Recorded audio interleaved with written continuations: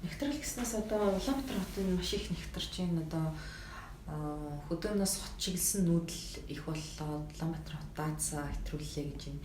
Одоо энэ нүүдэлтэй холбоотойгоор таны бодол ямар байна? Одоо энэ нүүдлийг одоо зогсоох ч юм уу эсвэл одоо зохис хэмжээнд барих тал дээр таны одоо санал юу байна? Сая би дотоодхоо үзсэн байхгүй юу? 81 оноос хойш Улаанбаатар хотод ирсэн хүний 10 жилээр нь хөөлөө. Орно биш 10 орно. Тикет дээр үзэж байгаа байхгүй хөсөлтөн. 81-ээс 89 оны хооронд маш их хүмүүссэн баг. Тэр нэг үйлдвэрлэл одоо ажлын байр их нэмэгдсэн болох шинжтэй очиж байгаа байхгүй. Тэгэнгүүт унаад гисэн ба. Тэгээд одоо сүүлийн нэг 10 он хүртэл өсөлт бас нэлээд өндөр байгаа байхгүй. Харсан санагдаад байна. Тэгэд яг ямар насны хүмүүс ороод ирдэг юм. Яг үнэхээр ингээд зуднаас бол ингээд чиглэл ингээд нүүчд ороод ирчих үү гэхээр зэрэг бас их сонирхолтой таах чиг байна. Насаар ингээд ангилаад үзэхээр зэрэг дандаа 15-24 насны дээр очирсан байгаа байхгүй. Дийлэх байна. Тэрний үг чинь ихээр зэрэг ерөөсөө болсол хөвөл ороод ирсэн байна. Өөрөөр манай салбар сургуулиудын чанар буугаахаас болоод төвлөрлийн сургуулиуд дагаад орж иж байгаа гэдэг нь харагдаж байгаа. Тэгээд ирж байгаа болон гарч байгаа хүмүүсийн тооны харьцаа аюу өндөр байсан байхгүй юу. Тэгээ гурвлуугаа бууж гисэн баг. Өөрөөр хэлбэл гарч байгаа нь арай нэмэгдэж эхэлж байгаа гэсэн баг. Гурав дахин болж эхэлж байгаа. Тэгээ тийм процесс явагдаж итэл өнөөдөр нэг хотод хүн бүртгэж авахгүй гэдэг ийм амар тийм сонинд шийдвэр гаргаад амьдрал дээр хүмүүс яваалаа. Манай хүмүүс бүртгэж авахгүй, одоо дата байхгүй. Худлаа дата өсч эхэлж байгаа. Тэгэхээр тэрний үг гэж байгаа хэрэг бид нар уг нь ирж байгаа болгонд ядаж нөгөө хүүхдүүдэд нь зориулаад сурах, эмнэлгийн үйлчлэг авах, наад захын үйлчлэг үргэх хэрэгтэй байтал тэрийг хагаа ачаарсан зэрэг дунд нь одоо нүх гадар гэм аа шүү дээ.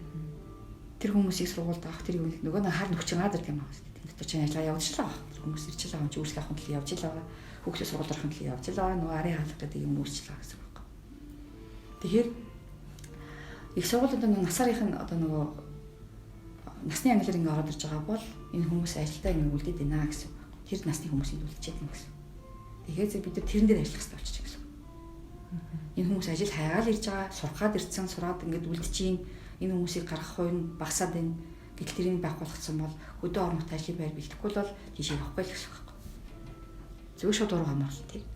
Тэгээ ажлын байрал нэмэгдвэл харин өөрөө өөртөндөө бий болгож байгаа ажлын байрыг харин булаах арга хэмжээ битгий хий гэж хэлмээр байгаа байхгүй. Одоо нөө жижиглэнгийн бодлого хийгээл жижиг одоо үйлдвэрлэлээр ингэ явж байгаа хүмүүс төр чинь одоо өнөөдөр яаж юм? Том зах барьж байна. Том захын хийж байна. Гадны хөрөнгө оруулалттай. Том одоо бокс дэлгүүрүүд орж иж байна. Орж иж байна. Бодлогч нар ингээд нэг жижиг үйлдвэрлэгчдээ бид нар хаах юм аюу хийж эхэлж байгаа байхгүй. Тэгээ одоо жишээлбэл 2005 он санагдаад байна. Макс гэдэг хотлооны төр байлгүй лээ. Марс гэдэг. Тэр яаж манай төсөл жилдэг байсан шүү дээ. Тэгээ тэр нь зүгээр жижиг 2-3 хайцтай ламгуун дээр хитэд хүн сууж байсан байхгүй. Одоо уушлаараа би одоо бүр хүүгийн заачлаа. Тэгтээ доош оруулж болохгүй байхгүй бид нар хүмүүсийг ажлын байранд тэгж булаацуулж болохгүй байхгүй. Тэгэхээр бид нар 8 хийгээд одоо жижиг 8 худалдаа эрхэлж байгаа хүмүүсээ одоо бид нар боож ин орлогын бааж хоож ин гэсэн үг болчихж байгаа байхгүй. Тэгээ тийм юмнуудын хөдөө орон нутгад ч битгий хийгээсэй гэж бодож байгаа байхгүй одоо. Тэгэх юм бол бид нар одоо хүмүүс ажил хайгаал нөгөө өөр юм руу зүтгэж эхэлнэ шүү дээ. Тэгэхээр тийшээ илүү ажлын байр өөртөө ажлын байр бий болгохын нөхцөлийг бүрдүүлж өгөөд явахгүй юм бол энэ залуу хүмүүсийн сурах гэж ирээд асуудал болж байгаа. Нэгдүгээр их сургуулиудын салбаруудыг нэлээд хүчтэй болгож өгөх хэрэгтэй болчихжээ гэсэн. Тийм бодлоо давхар яваад орон нутгуудад байгууллагад салбаруудаа хүчтэйг хэлмээр байна. Гэхдээ яг хотоос өндөр их сургуулиудыг гаргах уу гэвэл би бас сонирн байртай гэдэг шүү дээ. Одоохондоо манад нөгөө цагийн ажил гэж юм арайхан даараагүй хөвших гээд ингээ явж байгаа үед өнөөдөр цагийн ажлыг оюутнууд гаргаж өгөхгүй бол болохгүй юм шиг байдаг байхгүй. Оюутнуудыг тийш явуучих цагийн ажиллагүй бид яаж явах юм? Тэгэхээр энийг аягүй олон хольж бодож их сургуулиуд бол хотоос гаргах одоохондоо бол би бодлоо байх гэж боддог тийм. Яг гэвэл хэрвээ тэгин гэвэл хотхон дотроо ажлын байр тэр багнуурлалтаар тэр оюутнуудад ажиллах ажлын байр тэр идэвхжүүлэх хэмжээнд давхар хийжээж гаргаж ирэхгүй бол адаглал багш нар маань гэр бүлээр очино гэр бүлийн үнд нь хийх хэлбэл бас хэцүү дээ шүү дээ тэр чинь. Хот хооронд тээврийн асуудал зөө болохоор тийм бас хэцүү. Давхар юмд зэрэг шийдэхгүй юм бол манай хороол хийдэл нийтийн төрийн буудлын давхар шийдэхгүйгээр араас ордог учраас хороол үзсэн зарим нь бас эмнэлэгтэй холбоотой адилхан л та. За Улаанбаатар хотод одоо хамгийн тулгамдж байгаа асуудал гэх юм бол өвлийн улиралд бид нарт дуртааны асуудал гэдэг. Хотын утааг бууруулах одоо багасгахад ямар алхмууд хийх ёстой гэж та үзэж байна? Энэ бол ёстой нэр манай нэг улсын орны үргэлж цаг агаар анхлагч хэрэгцээ шүү дээ. Яалт байхгүй байхгүй юу? Энэ дөр бол ёстой нэр зөрөгтөл шийдэл хэрэгтэй. Технологи одоо англи болохоор зэрэг газар шийдсэн мэт гэдэг. Манайх газаас яагаад гэдэг. Хүмүүс галтгоонд газыг хэрэглээд хичээд ахад өндөр газыг бид нар оруулж чадахгүй л да. Яг нөгөө өөр их ирч хүсний их усрын хараад очно гэж нэг хаажгааны тим яригддаг л да. Зүгээр яг нүүрсээр нэрдэг юм уу тэр юугаа ядгийн тэр одоо зөндөл олон нүүрсний урхаанууд байж тээ тэр чи одоо босуулаад тэр газа хийдэг бол хийчмэл санагдаад тэр тийшээ ил мөнгө хийхгүй бол тэгээ шахмат түш гэж ярьж одоо ингэ ороод ирлээ те ямар байгааг нь одоо энэ намрын ихний үдүүд амьсгалтай л юм л да. Сэртэй байхад зэрэг угаасаа цэлэг болчихдаг шүү дээ. Яг яа та тогтсон үйл харъя гэж одоо би байгаад байгаа шүү дээ. Одоо залхихгүй болчихвол яах вэ гэж хармаар гэсэн да. Тэгээд ийм л арга хэмжээ авахгүй бол хэцүү л ах л та. Өмнө чинь 100хан сольж үзлээ. Тэр үед бид нар агентлагт ажиллаж байхдаа ярьдаг байсан байхгүй. 100-ыг шинжлэхийн тулд хүнээс шууд мөнгө гарч байгаа байхгүй хэцүү. Анхдагч хэрэгцээ хэрэг нөгөө нэг дулаан багт хамгийн түрүүнд түшил аван түшийн сайжруулахгүй бол энэ дийлдэхгүй гэж бид аягүй ярьдаг байсан. Тэгээд одоо нөгөө нэг 2000 хэд оноос юм бэ тэр одоо нөгөө нэг шахмат түшиж хийгээл анх оруулж ирж байсан шүү дээ. Тэгэхээр зэрэг түүхийн нүүрстэн дээр үйлдвэрлэл хийгээд нэмэгдэх шингээжж байгаа юм чинь тэр чинь үйлдвэрлэлийн өртөг шингэж байгаа юм чинь үнэтэй л ортаарчаад байгаа тэр чинь. Тэгээд тэрний зөрүүгийн төлөх хэрэгтэй гэдэг юм маш хертнээс ярьсан. Тэгээд тэрний шийдвэр гарахгүй одоо л гаргаж ирэх чинь гэж ойлгож байгаа байхгүй. Тэгээд тэр нөлөө үзүүлэх л та. Тэрийн цаана дахиад байшинг зүг бариулах хэрэгтэй байхгүй хүмүүс. Гэр гэдэг нөхцөлийг гэрийг маш сайн дулаалгахад юу хэрэгтэй юм бэ гэдэг юм давхар хийхгүй бол болохгүй. Хувийн суц руу сайжруулах зээл авахд бизнес нийлэж явах адилхан хатдаг байхгүй. Тэгээ тэр хүмүүс өөрсдөө орлогоороо маш их мөнгө хийж байгаа шүү дээ. Байж байгаа мөнгөө л одоо цуглуулж байгаас тийш хийчихэж байгаа. Тэрийг нь зүг бариулаад өгч юм санагдаад байгаа байхгүй. Тэрэнд нь дэмжлэг үзүүлж юм санагдаад. Яагаад өнөөдөр хувийн компаниудын барьсан барилгаас авахд 8% байдаг юм бол хувь хүн өөрийнхөө орлогоор хийсэн юм яагаад 8% нүүдэх юм бэ гэдэг нэг том асуудал байхгүй. Тэрийг зүг хэлгээд өгчөөч. Тэгвэл тэгэл энэ чинь хашаанд өнөөдөр одоо дунд чинь нэвтэрсэн 1.8. Энд чинь зарим газар 3 айлтай, зарим газар 1 айлтай, 2 айлтай гэдэг дунд чинь байна гэсэн үг шүү дээ. Тодорхой хэмжээнд нэвтэрсэн байна гэсэн үг байхгүй. Өөрөө жижиг байшингууд чадхах хэрэг бариад ийн гэсэн үг байхгүй тэр хүмүүс. Эхнийхээ ороосоо хөрөнгө оруулалтыг болгож чадахгүй дараагийн жижиг байшингийн барьчид гэсэн үг. Тэгвэл тэр байшингийн зохистой нэг хашаанд 6 айл бариулчих юм яагаад өгчихгүй. Тэгээ тэр борлуулалтын одоо бид нар үеийн талан дээр уулын шуунд одоо юу нэр уулын орой дээр бид нар нөөс сууршуулахгүй гэсэн бүс бид нар тэр хүмүүсийг буулгаж эртэн зэрэг худалдаа авахт 8% яагаад хийсэн. Яагаад хэдин барилгын компанид хүмүүс хилцээстэй хүмүүсийн бүгдийг нийлэх хэрэгтэй гэж. Хүнлүүгөө хандсан юм гээд массаар хөдлөх одоо хүмүүсийн хүчийг зөв ингэ залаад ингэ өгчих юм бид энэс л хурдан энэ гарч чадах байхгүй. Тэгээ тийшэл хандах хэрэгтэй болж байна. Тэг ер нь бол одоо нэг 100-тай төрштэй нөхцөлд их боломжтой өнгөрчлөө тий. Шийдвэр гаргахгүй зэрэг арай гэж хаалгаа шүү дээ. Тэрний хажууд чинь зөв тэрийг одоо баахан одоо гэрийг дулаалах юу хийж үзлээ тий. Байшин дулаалах гэж үзлээ. Тэрэнд нь одоо нөгөө нэг UNDP-ийн төсөл явлаа шүү дээ 20% дулаалж чамд 20% буцаалтыг олгож байна гэх нэг юм төсөл явлаа. Төсөл болоод дуусч. Тийг нутагшуулаад цаашаа ингээл засах ингээл аваа явцсан бол энэ явчихл байсан байхгүй одоо загвар зургийг хийж өглөө төсвийг хийж өглөө байдаг шүү дээ вебсайт юм BNP үлээ тий BNP яаж болохоор байгаа байхгүй ер нь тэгэл хайчдаг тий сүрхэн байшингийн төсөлж орж ирсэн дараад нь байр. Тэгээ одоо ингээд хувь судас ингээд байшин барих гэж байгаамаа гэж хэлэх юм бол баг 20-24% таваа шүү жилийн.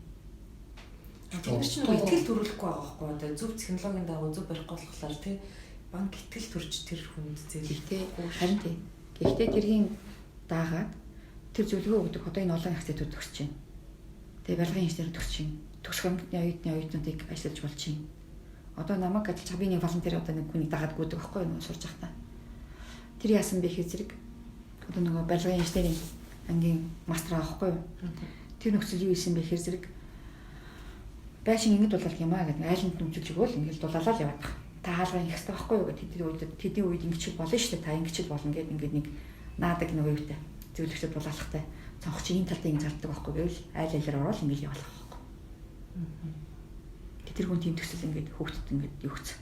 Нөхөр жаа тэр дотроо цулгаа яадаг шүү дээ. Энэ тийм цулгаа тийм байшин тэгээд хажууд тийчээр давхар дуулаад өгөөл яваад байгаа байхгүй. Би яагаад болохгүй гэж. Тэгээд тэр хүнд чинь одоогийн ийм технологи үед ийм одоо бүргэд хаалгахад жишээлбэл дээ. Бүргэд хаалгах чинь ингээд ашлаад ирэхэд сэнсэт ингээд резин ингээд суларчдаг юм. Энэ нөхрийг ингэж дуулаад явах хэрэгтэй шүү гэдэг юм. Та тэрийг тэндээс аваад очиж зүгээр ярьж байгаа хоорондоо ингэ яриад бол зүйлэл яваал байгаа байхгүй. Тэгээд тэр байшинг ашиглалтанд нь зөвлөгөө өгч байгаа байхгүй. Дээрээс нь тийм байшинг одоо нөгөө юу л да энэ юутай холбоотой гэхээсээ гэр хорооллыг өдөр ерөөсөд шуум шижээтэй тойргоос гаргаа хийцэн байхгүй.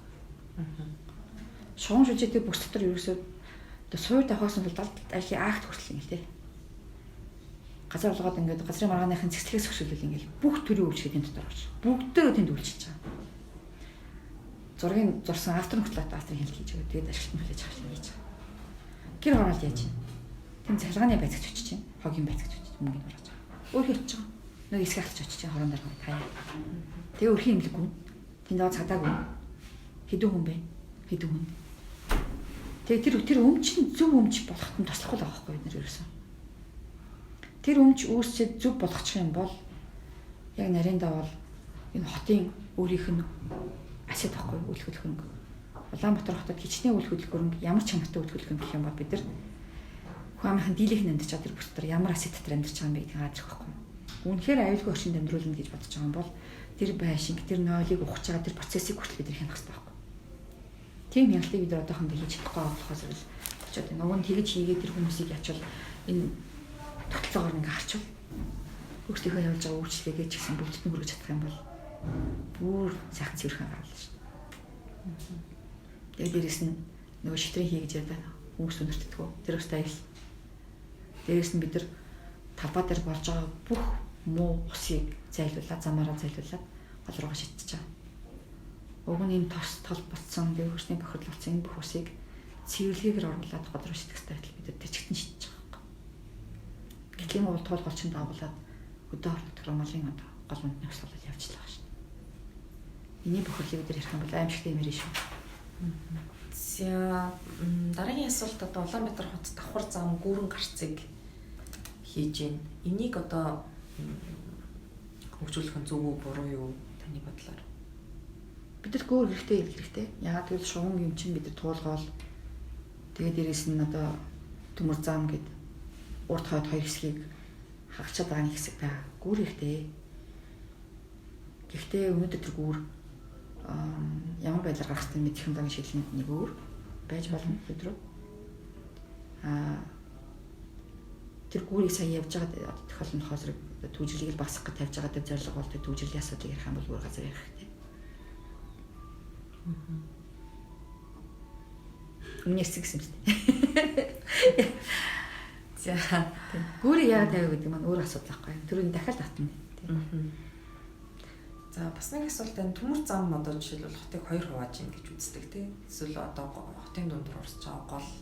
Гэтэл тэр одоо төмөр замын хоёр талд байгаа, голын хоёр талд байгаа хүмүүс одоо энэ үйлчлэгийг тийм хотын бүхэл үйлчлэгийг ижил хэмжээр хүртэх хэрэгтэй гэж үздэг бол таны бодлоор одоо энэ талаар таны бодлыг сонсох гэсэн юм. Тэгээд төмөр замыг чинь бодвол урдуулах нэг хэсэг төлөв гаргацсан мас тэрийг дэмжих юм юу гэж бодож байна. Эсвэл ингэ байж байгаа. Төмөр замын хоёр дахь салааг ярих юм бол эдийн засгийн маш том хэцээтэй.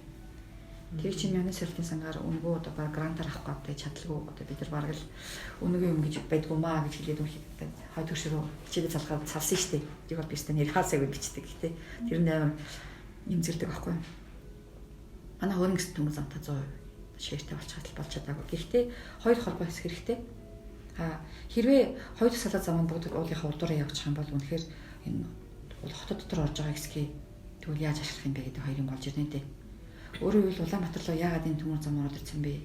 Яагаад Улаанбаатар өөрөө энийг одоо хүртэл нэг хабынхаа үргээ гүйцэтгэж байгаа юм бэ гэдгийг яг энэ дээр бас зангилаа байдаг. Төмөр замын том зангилаа материал техникийн бааз гэж хуучин хэлжсэн бол бүх материалаа бид энд буулгаад бүгднгөөс нь тарааж хүргэдэг. Тийм бааз байсан учраас энэ одоо төмөр замын ачаал бол одоо хүртэл Улаанбаатар дээр нэг байсаар л байна. Хэрвээ энийг хоёр салаа замаар нь яг үнэхээр урдууран гаргаж чадах юм бол Улаанбаатарлаас салж орж байгаа бол цэвэр зөвхөн Улаанбаатарын хэцээ бөгөөд тэгээд дээрэс нийтийн тээврийн зорилттой болж чадах байх гэж би төсөлд Түүнээс цааш бол улс орны яг гол зүрхээр явж байгаа. Тэгээд гол үндсэн зам явж байгаа тохиолдолд энэ хаб өөр байсаарч байна. Онгоцны бодол явж байгаа байсаарч байна гэж харагдаад байгаа байхгүй. Тэгэхээр хэрвээ явах юм бол дан зорилгоор биш. Хоёр параллел шугам урд дураа гардаг бол Төмөр зам Улаанбаатар зөвхөн Улаанбаатарын зөвлөөр орж ирж магадгүй. Гэхдээ Улаанбаатарт өнөөдөр яг үйлдвэр ажлын байр маш их нэмэгдэж байгаа нь одоо бас энэтэй холбоотой шүү дээ. Ер нь бол материалын шууд авч ийн ажлогч нь хажууд нь байна. Үйлдвэрлэл үнд бүгд энд яв. Ягаад ч чөлөөлөл босроо явчихаагүй юм бэ гэдэг юм чинь энэтэй холбоотой байх гэж харагдаад байгаа юм. За одоо ингээд хотлын чи одоо бас ингээд нөгөө хатуу болон шингэн те хог хаягдлын асуудал яригдаж байгаа. Тэгэхээр энэ хог хаягдлаа одоо зарим хөгжингөө орнууд ангилж ялгаж ийн, эргээгээд ашиглаж ийн те гэтэл одоо Улаанбаатар хотын хувьд бол бид нар хогийг бол ерөнхийдөө зүгээр хайлчиж ийн. Эргээж ашиглах те тэрүүгээр одоо дахиж одоо материал үйлдвэрлэх ямар нэгэн тийм юм маш бага хэмжээтэй байна л да. Тэгэхээр таны талаас одоо хог хаягдлын менежментийн талаар Улаанбаатар хот ер нь ямар бодлого баримтлал зүгээр гэж таны саналыг сонсъё. Сайхны хүртэл нөгөө хог хаягдлын үйлдвэр барих гэхээс манайх тийм хэмжээний хог үйлдвэрлэдэг гинэ гэж бачаад авах хүртэл яддаг гэсэн байхгүй. Тийм нөөц нь байдаг учраас үйлдвэр байгуулах боломжгүй. Үйлдвэрлэл эрхлэхэд өөр ингэсэн түүхийд байх хэрэгтэй. Сайхны хүртэл ч тэр чинь 2005 6 хангалттай үйлдвэрлэхгүй юм байна. Тийм. Гэсэн 65 жилийн дараа бид нар хэдэн ч үйлдвэр байгуулах тийм хэмжээний хэрэглээ өсгсөн юм шүү дээ. Тийм. Тэгэхээр зэрэг бид нар хоттой хогондоо ухаалгаар хандахгүй бол өвөндөө даа ялангуяа IC-гээрээ бид нар одоо нөгөө батарей тий маш хортой элементүүдийг хэрэглэж байгаа юм уу девайсууд аягүй их орж иж байгаа. Нагандчл. Дээрээс нь угаалгын машин тий. Тэрний феронууд байна. Дээрээс нь одоо ер нь бол бид нар нөгөө токсик хогнууд аягүй их нэмэгдэж байгаа байхгүй. Энгийн юмыг бол бид нар ямар нэг аргаар хийчих болох байх. Токсик хогнуудын асуудлыг бид нар шийдэх бас давхар хэрэгтэй. Сая дээр одоо 4 жиргэн гарч ирлээ. Сая л гарч ирж штэ. Гэхдээ энэ бол нөгөө бас л нөгөө амьдрын хэв шинжээсээ гарч ирэхгүй бол энэ нэг хэвшгүй нэг юм болчих гээд байгаа байхгүй. Одоо жишээлбэл манай байрны үүдэнд бол одоо л нэг гарч иж байна. 5 хайрцаг нэг хийцээгөө боломжтой хандж эхэлж байгаа байхгүй. Хичнээн ангилсан ч гэсэн буцаага нөгөө хог дээр нэг авч ачгаа ямар утга байх юм бэ тий. Цаана ангилаад ингээд ангилж авах юм хийхгүй болохоор одоо л манайх цаасны үйлдвэр гэж гарч иж байна. Өөртөө хайрцаг боловсруулж эхэлж байна. Одоо техник түүхийг хийхин тулд бид аянда нэмж магадгүй. Тэр үйлдвэрийг оруулж ирээд боловсруулж байгаа юм эдийн засгийн өгөөжтэй байх юм л тийш явах бах. Өгөөж байхгүй бол чадахгүй тийг байж лээ. Бидээс хог хадалж авах хэдэн хүн баа. Авах хэмжээний байгаа юм уу? Гэт ингээд зөндөл юм болоод энэ л да цаашаа нөгөө хогоо цуглуулад гарах гэдэг юм чи юу юм бэ гэдэг асуудал орж ирээд байна. Тэр утгал эсвэрнээс муу усын шахал хэвээр нэр хогнаас ядаж гарч байгаа тэр хогийг цуглуулад тэр хогийн цэдэр үсээд байгаа тэр муу усыг ч гэсэн бодож үйл цэвэрлэх тийм систем рүү хаалаад тэрийг зөв ядад ландфил хийгээд ядаж сурчмаар шүү дээ өнөөдөр. Газар болж байгаа ч гэсэн. Тэгэхээр дахиад нөгөө тооцоогийн сайн үзэхгүй бол би одоо тэр дээр хэлж мэдгүй л юм. Ядаж гадаа сарж иж байгаа барааны сав баглаа бодлоо тийм хэмжээний хог авах чинь ингээд өч тооц үзэж чадах үздэг ч юм хаашийн тий. Тэгээд үнэхээр тэр эргэлт байхгүй. Тэрийг бүгдийг цуглуулж авч чадахгүй гэдгээс өсвөл.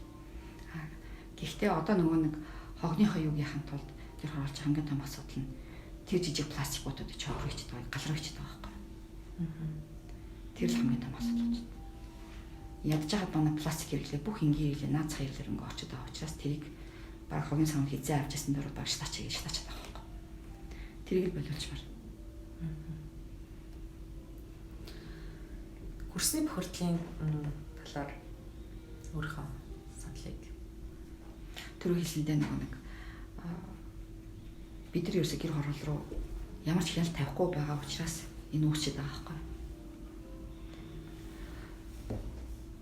Нойлыг бид дураараа ухаж байгаа байхгүй. Хэвлийг ерөөсө газар руу зүгээр л дураараа ухачаад тэгээд хидч ухаж болж байна. Өнөөдөр бид нар ганан дээр төлөвлөсөн 11 ухсан ч газар байгаа байхгүй. Өөрөөр хэлбэл 0 одоо та юм газар дээр хийдэг юм. 11 хашаанд тийм тохиолдол чинь хамгийн ихтэй. Цөөхөлдөө 11 удаа ч хийсэн газар. Тэгэхэрсэн зэрэг бид нар тийм хяналт авахгүй байхгүй. Өөрөөр бид нар нөгөө хэлээд байгаа нөгөө бидний амьдрах орчны нөгөө экосистемийг хаана бид хяналт тавиад юуг нь илүү үнцэнтэй болох хэрэгтэй юм бэ гэдэг юм чинь аяанда тэр хүмүүсийг амьдралын хэвийг нь оруулах хэрэгтэй байхгүй. Тэгэхээр бид нар өнөөдөр хогийг хянахгүй. Өнөөдөр бид нар хөрсийг хянахгүй. Тэгээ тэр нь тавьсан шаардлагуудыг чангаруулахгүй. Зөнд нь ачаад байгаа байхгүй. Тэгэхэрсэн зэрэг хүмүүсийг тэр дадлаар нь тэрийг одоо нэг амьдралын хэвийг сурахгүй байгаа учраас юм байгаад л төгчээд байна. Хянах боломж байгаа. Яаж? За энэ хөшөөг хяналтанд тавих хэрэгтэй. Бид нар мэржлийн хяналтын өнөөдөр гэр хороолцож хяналт тавихгүй л байгаа байхгүй. Байшингийн сайжруулалтаа давхар хийх боломж байгаа байхгүй.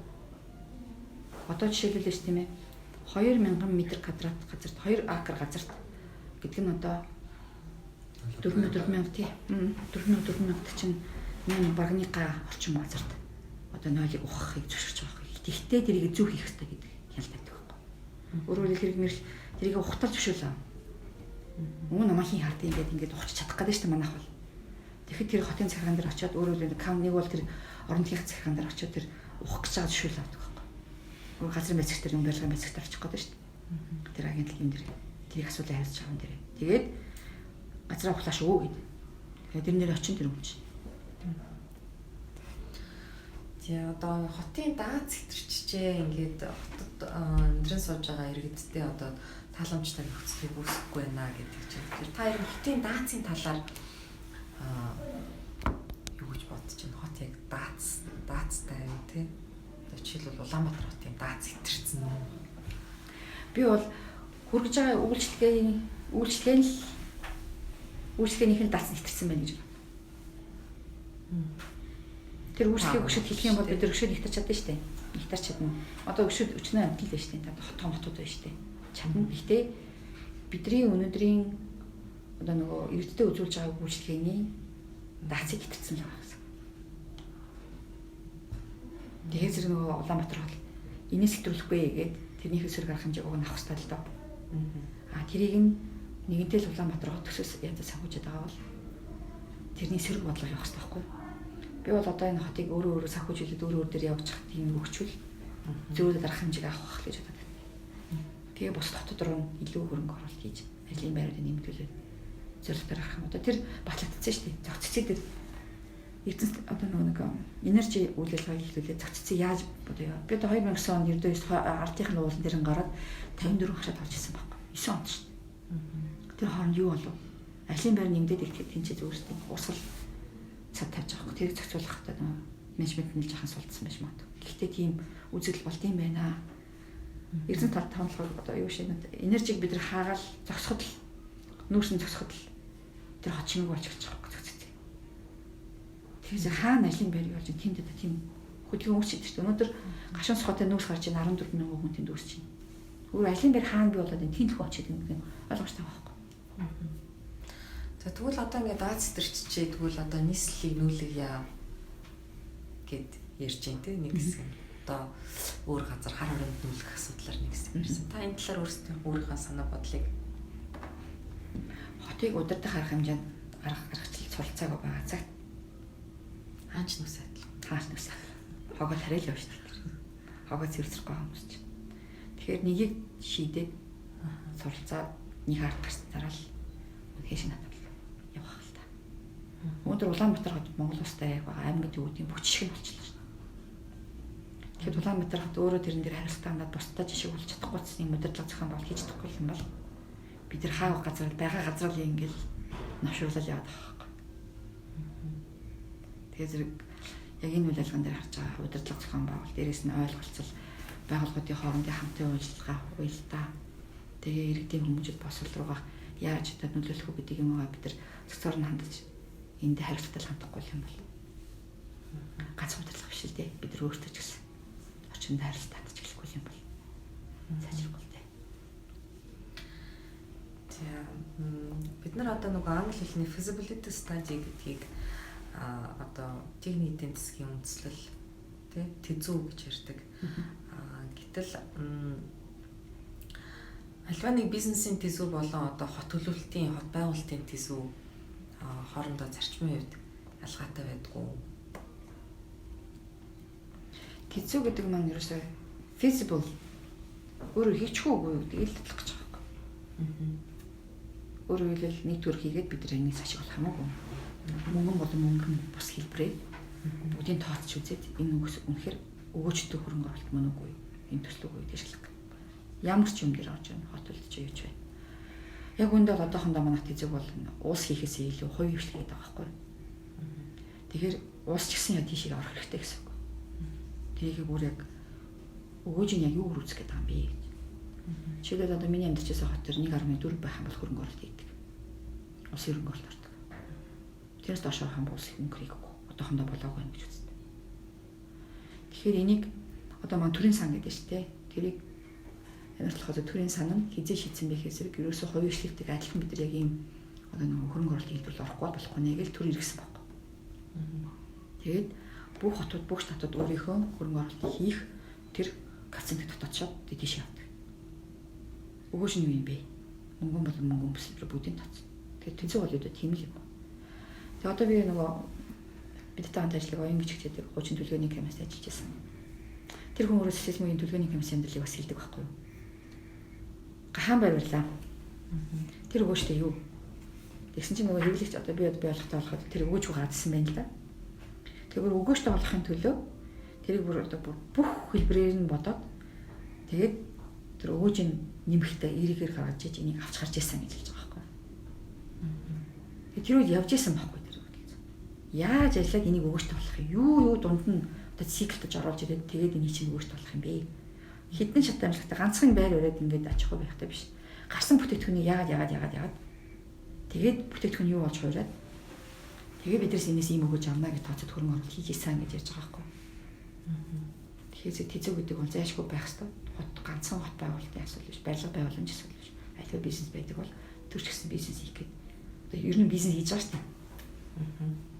Одоо төсвөр судалгаануудыг зарим хүмүүс тэзүү гэж нэрлэдэг. Энэ нэг хэсэг нь эсвэл хоёр тустай ойлголт.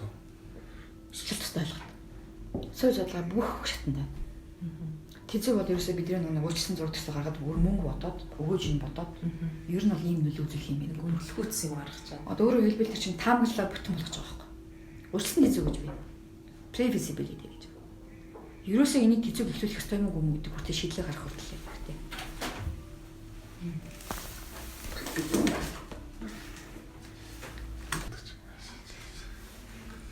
За нэг visibility жоохон өөрчлөлөд бодсон. Тэрээс нэг тэзүү гэдэг юмны уртад дахиад previsibility гэж байна. Ерөнхийдөө бол энэ хоёрын зорилго хоёр өөр. Нэг нь болохоор зэрэг ер нь энэ хэрэгцээ байгаа мó гэж тодорхойлох гэж өөрчлөлт тэзүү. Миний ойлгосноор шүү дээ. За тэзүү болохоор зэрэг үнэхээр энэ хэрэгжихүүц үр өгөөжтэй юу үгүй юу гэж шалгах гэж байгаа. Дараагийн шатны. Тэрийн дараагийнх бол жинхэнэ агшил нөгөө яг бодтой байна. Яг бүр төслийн менежментийн асуудал орж байгаа байхгүй. Тэгэхээр ерөөсөө хит хитэн шаттай л одоо шийдвэр гаргаж ийн гэсэн үг байхгүй. Тэгээ хувийн болохоор зэрэг хамгийн анхны нэг бидний нөө яриад байгаа нэг эскиз шиг гаргаад өгөөч гэл. Тэр чинь зайлшгүй тэнд хийгддэг учраас. Гэхдээ тэрний өмнө тэд нар зөндөө асуудыг хийсэн байгаа байхгүй. Тэгээ бидрээс одоо зурагчдын хувьд болохоор зэрэг объем нь ерөнхийдөө нэг юу байна гэсэн асуулт байна. Тэгэнгүүт тэр дараагийн дэзүү чинь дараагийн судалгаан дээр орж ирэхсэн зэрэг өшөө жахан деталь нараад тэгээ цаашаа ингэ бүр явуулчих байгаа гэсэн үг шүү дээ. Тэгэхээр зэрэг ер нь бол тэр процессыг нэг нь хийгээд нэг нь хийхдэггүй гэж байхгүй. Бүгд хийгдэн гэсэн үг. Цэцлээ судалгаа гэдэг бол хийн 200 объем гашгүй концепт гаргаж ирэхгүй аль ч тэнд концепт гаргаж ирэх гэсэн үг байхгүй. Тэгээс гаргаж болохгүй гэж бодлоо тань. Та бид нарт одоо urban design болон urban planning-ийн ялгааг тайлбарлаж өгөөч. Монголоос яг юу гэж орж байна? Тийм бас юу гэж орж. Хотын дизайн одоо дизайны бид нар бол дизайнер л авдаг шүү дээ. Хотын дизайн гэж орж байна. Орон зайн төлөвлөлт мөн зөв. Нэг талаараа бас тийм тий. Гэхдээ хот төлөлтөнд ч гэсэндээ газар зохион байгуулалтын хэрэгтэй бид нар орон зайн төлөвлөгөө ойлгож байгаа. Тийм ч учраас нэг архитектур шилждэг гэдэг нь тэмдэлтэй. Нөгөө харагдахгүй байгаа юм уу төсөөлөд идэх хүмүүс чинь тэр чинь амархан хийдэг учраас дизайнтай хамт яваад идэг. Тэгэхээр одоо юун дээр бол urban манайхан бол дийлэнхтэй urban дизайн хийчихдэг байгаа байхгүй. Тэрийг төлөвлөлт гэж хэлээд яг тэрүүгээр л хэрэгжих ёстой гэдэг ингээд загнагддаг нэг тийм асуудал. Гэтэл байдал өөрчлөгдөж байна. Яг гэвэл орон зайн төлөлтийн хувьд хідэн хүн л орсон хідэн өөр янзын багаж ирнэ. Тэгээ тэрийг бид нар яг ингээд тогтмолчуулаад энэ бол юм аа гэдэг нэг байшингийн футпринтэд зураад аж болохгүй байхгүй одоо. Эрх хэлбэрийн шатнд энэ. Яг хөрөнгө оруулах гэдэг ингээд бэлэн болж байгаа тохиол тэр бол өөр асуудал. Тэ орон зохиол өөр асуудал байна. Тэрээс наан бол төсөөлөл авахгүй. Хэн болох нь тэр төсөөлөл их нь байгаа ч тийм бид ч одоо мөрөөдөхөд одоо мөнгө төлөвлөгөө гэдэг тэр бүгдэнд нь төсөөлөл байгаа ч тэрийг бид нар тэр хэмжээсийг гаргаж өгч байгаа байхгүй. Нөгөө нэг үйл үзэгдэх нөгөө хайрцаг гэдэг байгаа чинь тэнд гарч ирдэг. Тэгэхээр дизайн болохоор зэрэг хотын одоо нэг паттерн гэж байна шүү дээ. хийх. Нөгөө юу яах гэдэг штэ. Тэр паттерныг төсөөлөх гэж байгаа асуудал байхгүй төрүүлж. Өөрөөр хэлбэл замын сүлжээг эхлээл гарч эхлэн штэ чинь өөрөө. Үнэхээр төвлөрөл байх гэдэг газар чинь биомасс нэмэгдээд ирнэ. Танаа барууны хотуудыг одоо ингээд хотуудын нөгөө юу гараад идэг слайд гараад идэг гизэр гарч байгаа юу харж ирсэн баг. Төвдөө хамгийн том нь тэгээд басаад ингээд яваад байгаа штэ. Хятад басаал сошиалын бүс эхлээл. Тэгээд бүр цааш яваад ингээд хөдөө орон зай болоод ингээд трансект гэдэг TOD хүртэл чинь. Тэгээд тэр чинь бүгд эргээгээд үзүүлж байгаа өөрчлөлттэй холбоотой байгаа учраас тэр төвд чинь бүгдөө төвлөрч байгааг асуудал нь нөгөөний метроч хэрэгтэй болоод бүгдөө ирэх хэрэгтэй болоод тэгээд бүгдөө тархуулаад ингээд тэр чинь зохицуулж байгаа гэдэг хэрэгслүүдийн зохицуулт орол. Тэгээд тэр чинь өөрөө нөгөө хотын экосистем асуудал орж иж байгаа байхгүй давхар. Ягаад гэвэл нөгөө гаднаасаа ингээд төвлөрөж чинь ингээд яхарсан зэрэг нөгөө орж байгаа нөгөө салхи уур амьсгалыг чинь ингээд хаагаад эхлэх асуудал болчихж байгаа байхгүй. Одоо нөгөө urban health city indicators гэж байдаг байхгүй. Одоо нөгөө эрүүл хотын нөгөө индикатор гэж байна. Тэр дотор ч тэр параметр ч яриад эхэлнэ. Одоо дэлхийн эрүүл мэндийн байгууллага юу ашигмаар явж ирсэн тэр Малайз байгуулсан төлөвлөлтөнд орж үзчихсэн. Хөрсөж явдаг шүү дээ. Тэр нь л ерөөсө хотын шипийг яриад эхэлж байгаа байхгүй яг. Тэгэхээр нөгөө барилга орон зай гэж ингэ ямар байлаа ч амруулаад нөгөө микро ирээч чинь үүсэж байгаа учраас тэрний блок асуудалч үүсэж байгаа байхгүй. Тэгээд тэнд тийж ядг юм байна гэдэг. Тэгээд нөгөө нэг барууны хотод чинь нөгөө төвдөө байгаад байгаа чинь тэр асуудал шалтгаан тэндээ байд юм байна. Тэгээ нөгөө физик орчин чинь ярьж эхэлж штэ. Тэгээд тэрнтэйгээ холбогдуулаад нөгөө urban design гэдэг чинь мэдээж орон зай гаргаж ирдэг. Дээрээс нь одоо тий удамжид өөрөөр хэлбэл явж байгаа удамжийн гоож гэдэг төслийн зэг орж ирэхэд тэн дотор нөгөө том сүлэг байшинг чинь гарч ирж байгаа. Нэг Америкийн капитал гарч иж байгаатай адилхан. Тэр өөрөө дизайн урталтаа гарахтай. Энэ дизайн өөрөө. Нью-Йоркийн паркийг яриад өөрөө дизайн. Энийг дизайн гэж болгоод байдаг. Тэгээд нөгөө гудамжны шинэ сүлжээг чинь ямар болгоод яах юм бэ гэдэг нь ч өөрөө бүгд дизайнд хамаатай. Түүнээс биш хотын том төхөөрөмж дизайнд хамаатай. Өөрөөр хэлбэл гудамж гэдэг нэр томьёо чинь одоо энд очиж байгаа байхгүй. Гудамж бидэнд хамгийн чухал байхгүй. Гудамжийн зохион байгуулалт, хөдөлгөөний зохион байгуулалт өөрөө дизайнад ороод байдаг. Тэгээд тэр гудамжийн дотор чинь бүх хүмүүс одоо юу гэдэг юм шашин шүтлэг эдрийг хамаагүй болцдог шүү дээ. Одоо манайд бол альсан байхгүй. Гэхдээ тэр дотор бүх хүмүүс эрт тэгш байх ч тэр гудамжийн дотор чинь бүгдэнд нь зохицсон тонголол орж ирэхтэй. Тонголол ч өөрөө дизайн дотор яваад. Туслаа өөр асуудал. А гэтэл бүр том асуудал орох юм бол хот өөрөө тэр өөрийнхөө эргэн тойрны баг ландшафтын дотроо ямар нөхцөл байдалтай байх гэдэг юм бэ гэдэг чи өөрөө нэг асуудал болоод ирнэ тэр дизайн. Өнөөдөр бид 4 уулын дунд байдаг гэдэг. Одоо харагдаж эхэлж байна уу? Байхгүй шүү. Тэр 4 уул үнэхээр манай хотын имиж байсан юм бол яагаад бид тэр имиж авч үлдэхгүй байгаа юм? Тэр өөрөө дизайн. Хаашаач харсан бид 3 өдөр өнцгөр тэр уулын хараа тогтох тэр хязгаар нь байж л хэрэгтэй байсан. Гэтэ одоо хаацсан. Өнөөдөр бүх уулын ориг хотлын талтай алдчихлаа шүү дээ. Одоо ингэж урд уулаач гэсэн байхгүй болгож эхэлсэн. Өндөр байшингуудаараа. Гудамжийн сүлжээ тэнд ярьж тассан байна. Тэг манай хотын дизайн гэж юу юм бэ гэдэг чинь тэнд. Өвөндө та нар Хонконг юм уу юу лээ? Аль хотын нэлээ Хонконг ус махаа. Яг хотын цэг байгаа. Харааны цэгүүд. Та энэ цэгдээ зогсох юм бол хотыг энэ талаас панорамж чадна. Энийг ингэж харж чадна. Нөгөө нэг далаа нөгөө уул бүдийг зохицуулсан. Тэгээ хотын цэцэрлэгтэй масын төлөвөндөө би тэрийг гаргах гэж хичээсэн. Гэтэ бас хэцүү юм билээ. Одоо дахиад харин хотын шинэ одоо дахин төлтийн энэ бүх юм одоо гэр хорооллын хойтлын хэсгүүдийг ингээд дахин төлтөнд оруулаад газрыг эргэлтэнд оруулаад ингээд ихлэх гэж байгаа бол энэ хэсэг дизайнаа бодохгүй бид нар одоо бүр ямар ч өөр ингэсэн дотоод философигүй юм бодлох гэдэг байхгүй. Тэрийг гаргаж ирэх хэрэгтэй байгаа. Планы хувьд ялгаа гол юм. Планы болохоор зэрэг удирдлага зохион баталж байгаа байхгүй. Өөрөөр хэлбэл нөгөө нэг хит хитэн давхартай үедээ төлөвлөмж ч орж байгаа байхгүй. Тэр нөгөө гой сайхан байх нь дизайн талаасаа биш. Хүүхдүүдийн боловсролын асуудал төлөвлөлт, эрүүл байх асуудал төлөвлөлт. Эрчим хүчний хэмнэлттэй хот байх төлөвлөлт. Бохирдлого хот байх төлөвлөлт. Бүгд төлөвлөгөө авах, бүгд хамтаараа ингэж орж ирэхгүй юм бол тэгээд энийг нь хувийн болон хувийн сектор бусад бүх секторыг хөрөнгө оруулж байгаа бүх хүмүүсийг зохицуулах гэж тэр удирдлагын менежмент чинь тэрийг хэлбэржүүлж байгаа бичиг баримт чинь төлтийн бичиг баримт байхгүй. Тэгвэл одоо human settlement plan, regional plan, master plan, detailed area plan, local area plan гэдэг хоорондоо ялгаатай олон планууд байна л да. Энэ бүх нь манайд нэгдүгээрт хийгдэж байна уу тий? Хамгийн түрүүнд та бас яг ялгаануудыг нь тайлбарлаж өгч. Local area ерөнхийдөө нутагчлалын колхозыг маань аваагаас төсөл байгаа гэдээ бид нар ойлгож байгаа шүү дээ. Бид нар дотор тэр нутагчлалын төсөл дээр хоёр юмыг одоо салгачмаар байна гэж түрүү хэлжсэн тийм нөгөө экосистемийн асуудал байгаа тэр үлдэж байгаа хэсгээр нутагчлаа шийдээд ихтэй нутаг төсрийн хөгжлийн төлөвлөгөө гэдэг юм зааш хэрэгтэй болчиход байна гэж. Нутаг төсөр өөрөө ингээд цэцэрхааны хаваагаас бүс аймаг орнуудыг болоод нутаг төсрийн хөгжлөөр ирнэ. Тэр дотроо бид нар үндсэн том дэд бүтцийн асуудал орж иж байгаа. Хөгжүүлэхийн тулд бидний дэд бүтц хэрэгтэй байхгүй. Том коридор нөгөө зэрэглэлийн систем гэж хэрэгтэй. Тэр том төлөвлөгөө болохоор салбар салбарын мастер төлөвлөгөөгээ тусдаа гаргаад явчихдаг байна. Нийлж орж ирдэг. Тэгэхээр тэр бол нутаг төсрийн төлөвлөгөө нь regional дотор нэг хэсэг одоо бүсүүдийн хооронд нь дэмжихийн тулд яах юм бэ гэдэг асуулт дэд бүтц ороод ирж байна. Аймаг дотор сумдуудаа яах гэж байгаа юм бэ дахиад том дэд бүтцийн төслөд ороод ирж байна. Сум дотор ороод ирсэн ч гэсэндээ баг бол одоо хүн ам их олон боллоо гэвэл баг орж ирэх магадгүй л дээ багийн төвүүд яах юм гэдэг юм. Тэгээ тэр том дэд бүтцүүд хэрэгтэй байгаа байхгүй. Тэр том төслөд тусдаа. Тэр development байхгүй. Яг тэгвэл тэр эдийн засгийн чиглүүлээ тэнд бөгөөжийг бүтээмжийг бий болгох гэдэг нь шүү дээ. Үйлдвэрлэлийг бий болгож мөнгө хэрэглэх гэдэг юм. Тийшээ чиглэсэн юм бол ерөөсөө development чиглэл нөхгүй. Ямар эдийн засгийн суурьтай баазтай ямар зорилго бид тийш явуулах гэж байгаа юм бэ гэдэг юм чинь зорилготой болох хэрэгтэй болчиход байна шүү дээ. Өмнөд 500 хүнтэй бол ямар эдийн засаг хэрэглэх юм. Тэнд бол ахуй хэсэг нь байх хэрэгтэй болчихж байгаа. Том дэд үс хэрэг. Тэгвэл бид нар уушаа өөр өшөө том эдийн засаг хэрэглэх гэдэг хэсгэргүй ямар дэд бүтц авчих гэдэг юм. Тэргээ шийдэх хэрэгтэй. Гэх мэт тэр төлөвлөгөөнүүд тэнд байгаа. Нөгөө юу нь болохоор зэрэг local area plan. Тэр болохоор зөв орон нутгад ороод хэсэгсэн төлөвлөгөө гэж орж иж байгаа шүү дээ. Хэсэгчилсэн төлөвлөгөө, ерөнхий төлөвлөгөө гэж нэрчээд байгаа юм. Надад болохоор зэрэг бүшүүд дундуур нь дахиад нэг юу орж ирэх гэдэг амсгаад байгаа юм. Дэлхийн банкны үн дээр бид нар баян зүрхийг хөгжүүлэх төлөвлөгөө гэж хэлсэн байна.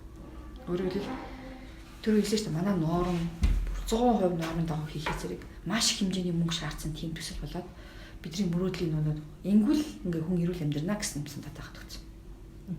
Тэгээ тэрийн хөдөлгөөн ингээд баахан мөнгөний төлөвлөгөө хийчихдэг байхгүй. Одоо газрын хөгжүүлэлт сургууульчлал 100% ингээл хангах юм бол тэгээд дээрэс нь тэр чинь нэмээд өснө нэмээд ирээдүйн хүн тооцоод явчихж байгаа шүү. Тэгээ програм аюу аюултай. Тэгээ тэрэн лөө чи хөрхийн төлөө ингээд боо юм болж эхэлж байгаа байхгүй. Тэр мөнгөж болгоны төлөө тэгээд бараг 20 жилд амжихгүй шүү. Тэгэнгүүтээ дахиад нөгөө 9-ийн эрхлэлгөөний хэрэгжилтний юу байсан бараг яасан гэдэг нэг дэгүүл гаргашаа тэгээд дахиад нөгөө хүнээ дахиад тооцоол ингээд яваад байгаа байхгүй. Гэтэл тэрэн дээр чинь дахиад нэг өөр тэрийг хэрэгжүүлэх арга механизм нарийн өөр лээд байгаад болчиход байна л да. Нөгөө local area гэдэг чинь байхгүй. Тухайн орон нутаг хэрэгжүүлэх гэж байгаа нөгөө төслүүдэд үнсэж төлөвлөгөө хийх юм бол хэсэгчлэж хөгжүүлэх төлөвлөгөө хэрэгтэй болчихно. Дүүрэг өөрөө дүүргийн нутаг төсрийг хөгжүүлэхийн төлөө ямар чиглэлээр эхний ээлжийн төрөн орлоо юу хийх юм бэ гэдэг өнөөдрийнхээ юугаа нөхцөл байдлыг асуулаа шийдсэн хөрөнгө орлуудыг яаж ирэмблэх юм бэ гэдэг нөгөө хөрөнгө орлын төлөвлөгөөний чинь төлөвлөгөө орж ирж байгаа. Төлөв шал өөр болоод ирж байгаа зү. Зорилго нь ч өөр болоод ирнэ. Тэгэхээр ийм дээр хэрэгцээтэй гэсэн төлөвлөгөө л одоо орон сууцны статистик хэрэгтэй. Ном болж сэржүүлэлтийн мас төлөвлөгөө хэрэгтэй. Тэгэхээр тэр нь дахиад өөр аягүй олон юмс хамаатай. Нөгөө орон сууцны өөр олон юмс хамаатай. Тэгээ энэ бүгдийг ингэ хамаа орж ихэд орон зай дээр холбоод дэд бүтцтэй хэрэгтэй болгоод тэрний эхний ээлжинд юу нөх юм бэ гэдээ ирэмблээд дунд хугацаанд богино хугацаанд урт хугацаанд юу юм бэ гэдэг нөгөө төлөвлөгөөтэй чинь одоо өөр хүмүүсийн сангийн яамнаар бүсгийн төлөвлөгөө хийгээд нэг бол хүмүүсийн хөгжлийн ганц дээр хийгээд байгаа юм шиг төлөвлөгөөнүүд чинь орон нутгаар бас өөрийн хэлбэрээр байж хэрэгтэй болчиход байгаа юм. Нэг дараалал гэж байна. Тэгэхээр энийг хийх юм. Ерөнхийдөө бол нэг ерөнхийлөгөө освоо гэж явдаг. Дүүнгийн газар орон зай хоёроо салгачмаар байна гэдэг юм болохоо дээрээ нэг алсын хараа шиг юм болоод байна шүү дээ. Бид нар ногоон ийм мотолно гэл. Тэр чинь хөдөлгөө газар зохион байгуулалтын ерөнхий хөдөлгөөгөө л гэж газар зохион байгуулалтын ерөнхий хөдөлгөөг нь хилж хийх юм уу? Хөгжлийн ерөнхий хөдөлгөөг нь хилж хийх юм уу? Газар зохион байгуулалтын ерөнхий хөдөлгөөс хийдгэр хийж байгаа байхгүй. Гэхдээ тэн дээр хот суурь нутаг дэвсгэрийн шал өөр байхгүй. Тэрийгээ салах хэрэгтэй. Улс нутгийн тусгын аймаг сумын нийслэлийн одоо яг наач одоо дахиад нэг юу хэлэх юм бэ? Нийслэл Улаанбаатар хоёрыг салах хэрэгтэй гэдэгтэй л адилхан байхгүй. Нийслэлийн нийт нутаг дэвсгэрээр явах юм бол хөдөөж хүмүүс орж ирээд манай өөр бүсэд орж ирээд маш бах нэдрэлтэй тийм хэсгэд ороод ирнэ дээ. Тэрэн дээр барилгачдын норм суурьшлийн асуудлыг ярих юм бол шал өөр нэгтгэл дээр яриад өөр масштабаар ярих өөр асуудал орж иж байгаа байхгүй.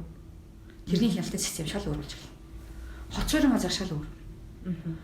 Яагаад гэвэл нийслэлийн дээр нутаг дэвсгэрийн юм дээр хоорондын хамаарна хөдөө аж ахуй болон юу хоёрын хоорондын маргаан гашиж магадгүй уулуурхаа одоо бидний нөгөө карьер гэл ингээд төгөөмөл ашиглалтын нөгөө артмалтын дээр яриад байгаа шүү. Тэдний хооронд зөрчил үүсэж магадгүй. Дэд бүс тавилаа газрын харилцааны асуудал гарч магадгүй. Хоцорын газар орох юм бол маш олон төрлийн өмчийн эзэгт хоорондын маргаан үүсгэж байгаа байхгүй юу? Тэр маргаануудыг чинь бий болохгүй төлөв ажиллаж байгаа асуудал шүү дээ. Тэн дээр уушаал өөр эдэлс хэрэгжиж хэлж байгаа. Айлын байраас өсвөл, дулаас өсвөл олноороо байгаа хэсэг дээр асуудал өөр болж байгаа. Тэгэхээр тийм хэсэг дээр салбаруудын хөрөнгө оруулалтыг хийхэд аль тал руугаа хийх юм бэ гэдээ ирэмблэх хэрэгтэй болж эхлэв дээ. Тэрэндээ өгөх юм уу, эндээ өгөх юм уу, нөгөө байгаа мөнгө хаашаа өгөх юм бэ гэдэг юм чинь. Тэгэхээр ямар нэгэн байдлаар хөгшин төлөв хөрөнгө оруулалт тодорхой орно. Тэгэхээр тэрийг бид нар нөгөө тавьсан алсын хараандаа зорьсон юмд чиглэл рүүгээ яаж эхлээд юуг нь хийх юм бэ гэдэг ирэмбэлдэг тэр системчил төлөв болчихж байгаа байхгүй. Тэгэхээр бид нар алсын хараа хэрэгтэй. Тэрлэг өрхийн тулд тэр олон төлөв хэрэгтэй болж гэж байгаа. Ерөн тэгвэл одоо ингээд ерөнхий төлөвлөлт хийгдсэний дараа газар олголт нь хийгдэх ёстой юм уу?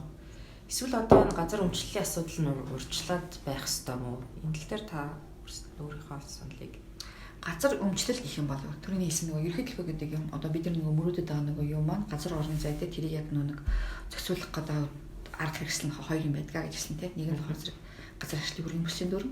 Өөрөөр хэлбэл газар орон заяа зохицуулах чинь дундын дүрмтэй байхгүй тэр.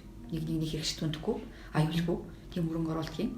Тэгээд болохгүй бүтэхгүй гэсэн ашиглалтыг хийгээд нэгэндээ өөрийнхөө амьдрах орчиндөө аюул учруулахгүй гэдэг дүрмийг л хангаж өгч чад тэр орон зайхгүй. Бид нэг олон улаан шум асуудал чинь тэнд хэсэгт шийдчихнэ гэсэн. Нөгөөх нь болохоор өмчийн асуудал. Тэгэхээр бид нар тэнд чинь болохоор зэрэг одоо юу гэдэг одоо нэг хөлс орнол чинь газраа өгөхдөө бохирын шуум ядаж яваад хөрсөнд бохир учруулахгүй тийм байх. Эрүүл ус авдаг одоо хяналттай ус, унтны ус хэрэглэдэг тэр нөхцөлийг хангасан тохиолдолд ядаж л. Тэгээд эрчим хүч хийсэн байх хэрэгтэй. Дулааны анх асуудлыг шийдсэн байх хэрэгтэй. Тийм эдгээр газрыг л зарах хэрэгтэй. Өөрөөр хэлбэл манайх одоо том гаагаар ингээ өглөө гэж бодоход олголт эхлэх гэж байна. Өөрөөр хэлбэл жижиг орон сууцуд ингээ талбай яагаад ингээ сапак хийж одоо subdivision одоо орж гэж байгаа байхгүй. Өөрөөр хэлбэл жижиглэх гэж байгаа байхгүй. Манайхан бол одоо том гаа газар авчаад 150 100-аар нь авчингуудаа том юм шууржийг нь усаар хийлгчээл тэгээ борлуулад эхэллээ. Өөрийнх нь бизнес болчихж байгаа байхгүй. Өөрөө хөрөнгө оруулалт босгож чадахгүй. Тийм учраас хувь компаниуд зараад эхэлж штеп. Тийм их байх ёсгүй байхгүй. Өнөөдөр манд эзэмшлийн өмчлийн хоёр үйл яваад байна.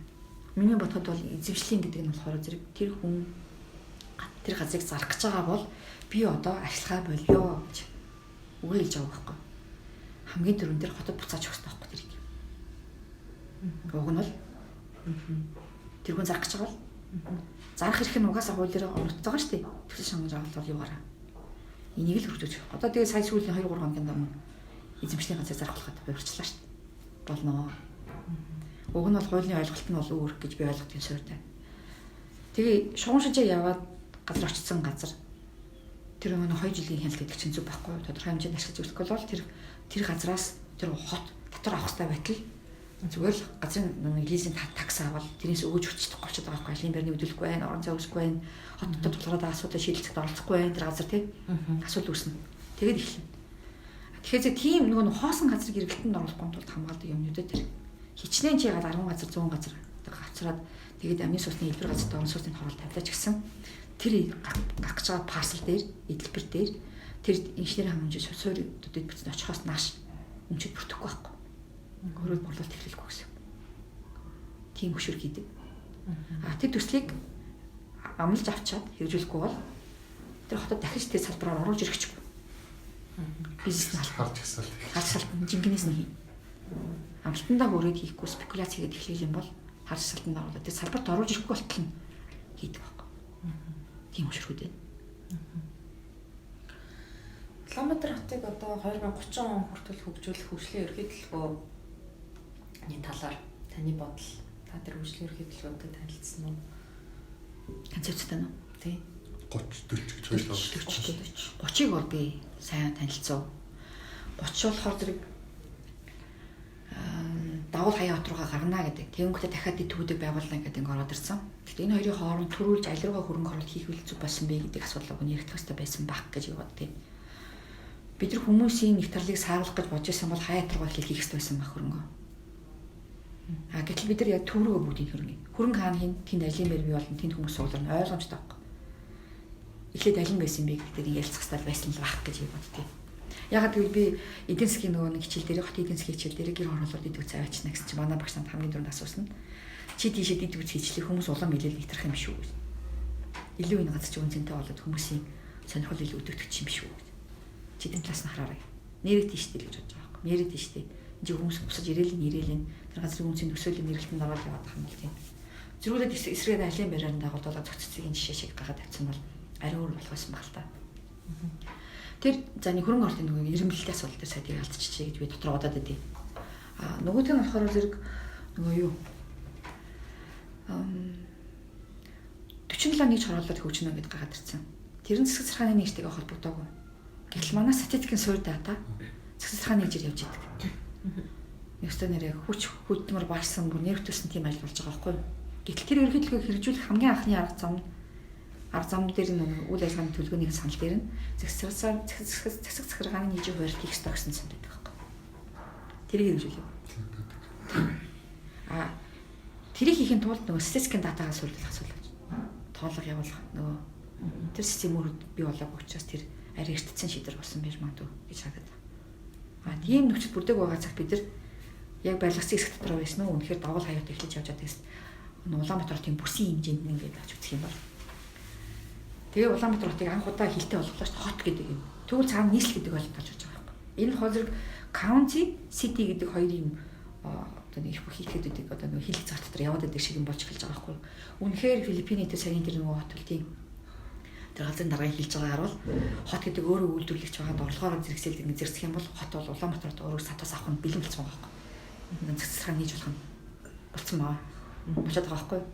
Тэгэх юм бол нийслэл гэдэг өөр удирдлагатай байна. Өнөөдөр яг манай засаг дарга гэдэг нүүрийн яг ямар шийдвэр дээр гараад байдгийг захир шийдэг нүүр нь ямар нүүрэн дээр гарч ирээд байдгийг дөрвүүдийн засаг дарга ямар аргатай ажиллах ёстой юм хоёр талбар дээр ажиллаад ингээд хэцүүдэд байгаа байхгүй. Яг угийн мортоо би бол ингэж бодсон.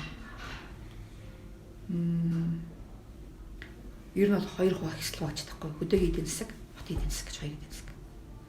Хөдөөгийн эдийн засгийг хийхэд тулд харилцагчдын хооронд үүсгэж чадварчлалыг зохицуулах гэж байгаа юм тэнд явагдана. Хотын эдийн засгийг бүрдүүлж байгаа тэр бүх салбаруудын хоорондын харилцааг зохицуулаад тэнд өмчийн бод, эрхийн бөгөөд те үүргийн харилцааг зохицуулах гэж байгаа юм. Хот гэдэг дотор л явагдана. Тэгэхээр тэнд дотор өөр нөхцөл үүсгэж штэ. Захиргаан ч өөр үүсгэж өөр дүрмээр бүх юм ажиллах гэдэг штэ. Тэг зохицуулах юм ихтэй болоод байгаа ч хадаад штэ. Одоо та нар хиттэн юуны төлөв харах юм бол county гэж юм аа. Шунчланцлагаад байна.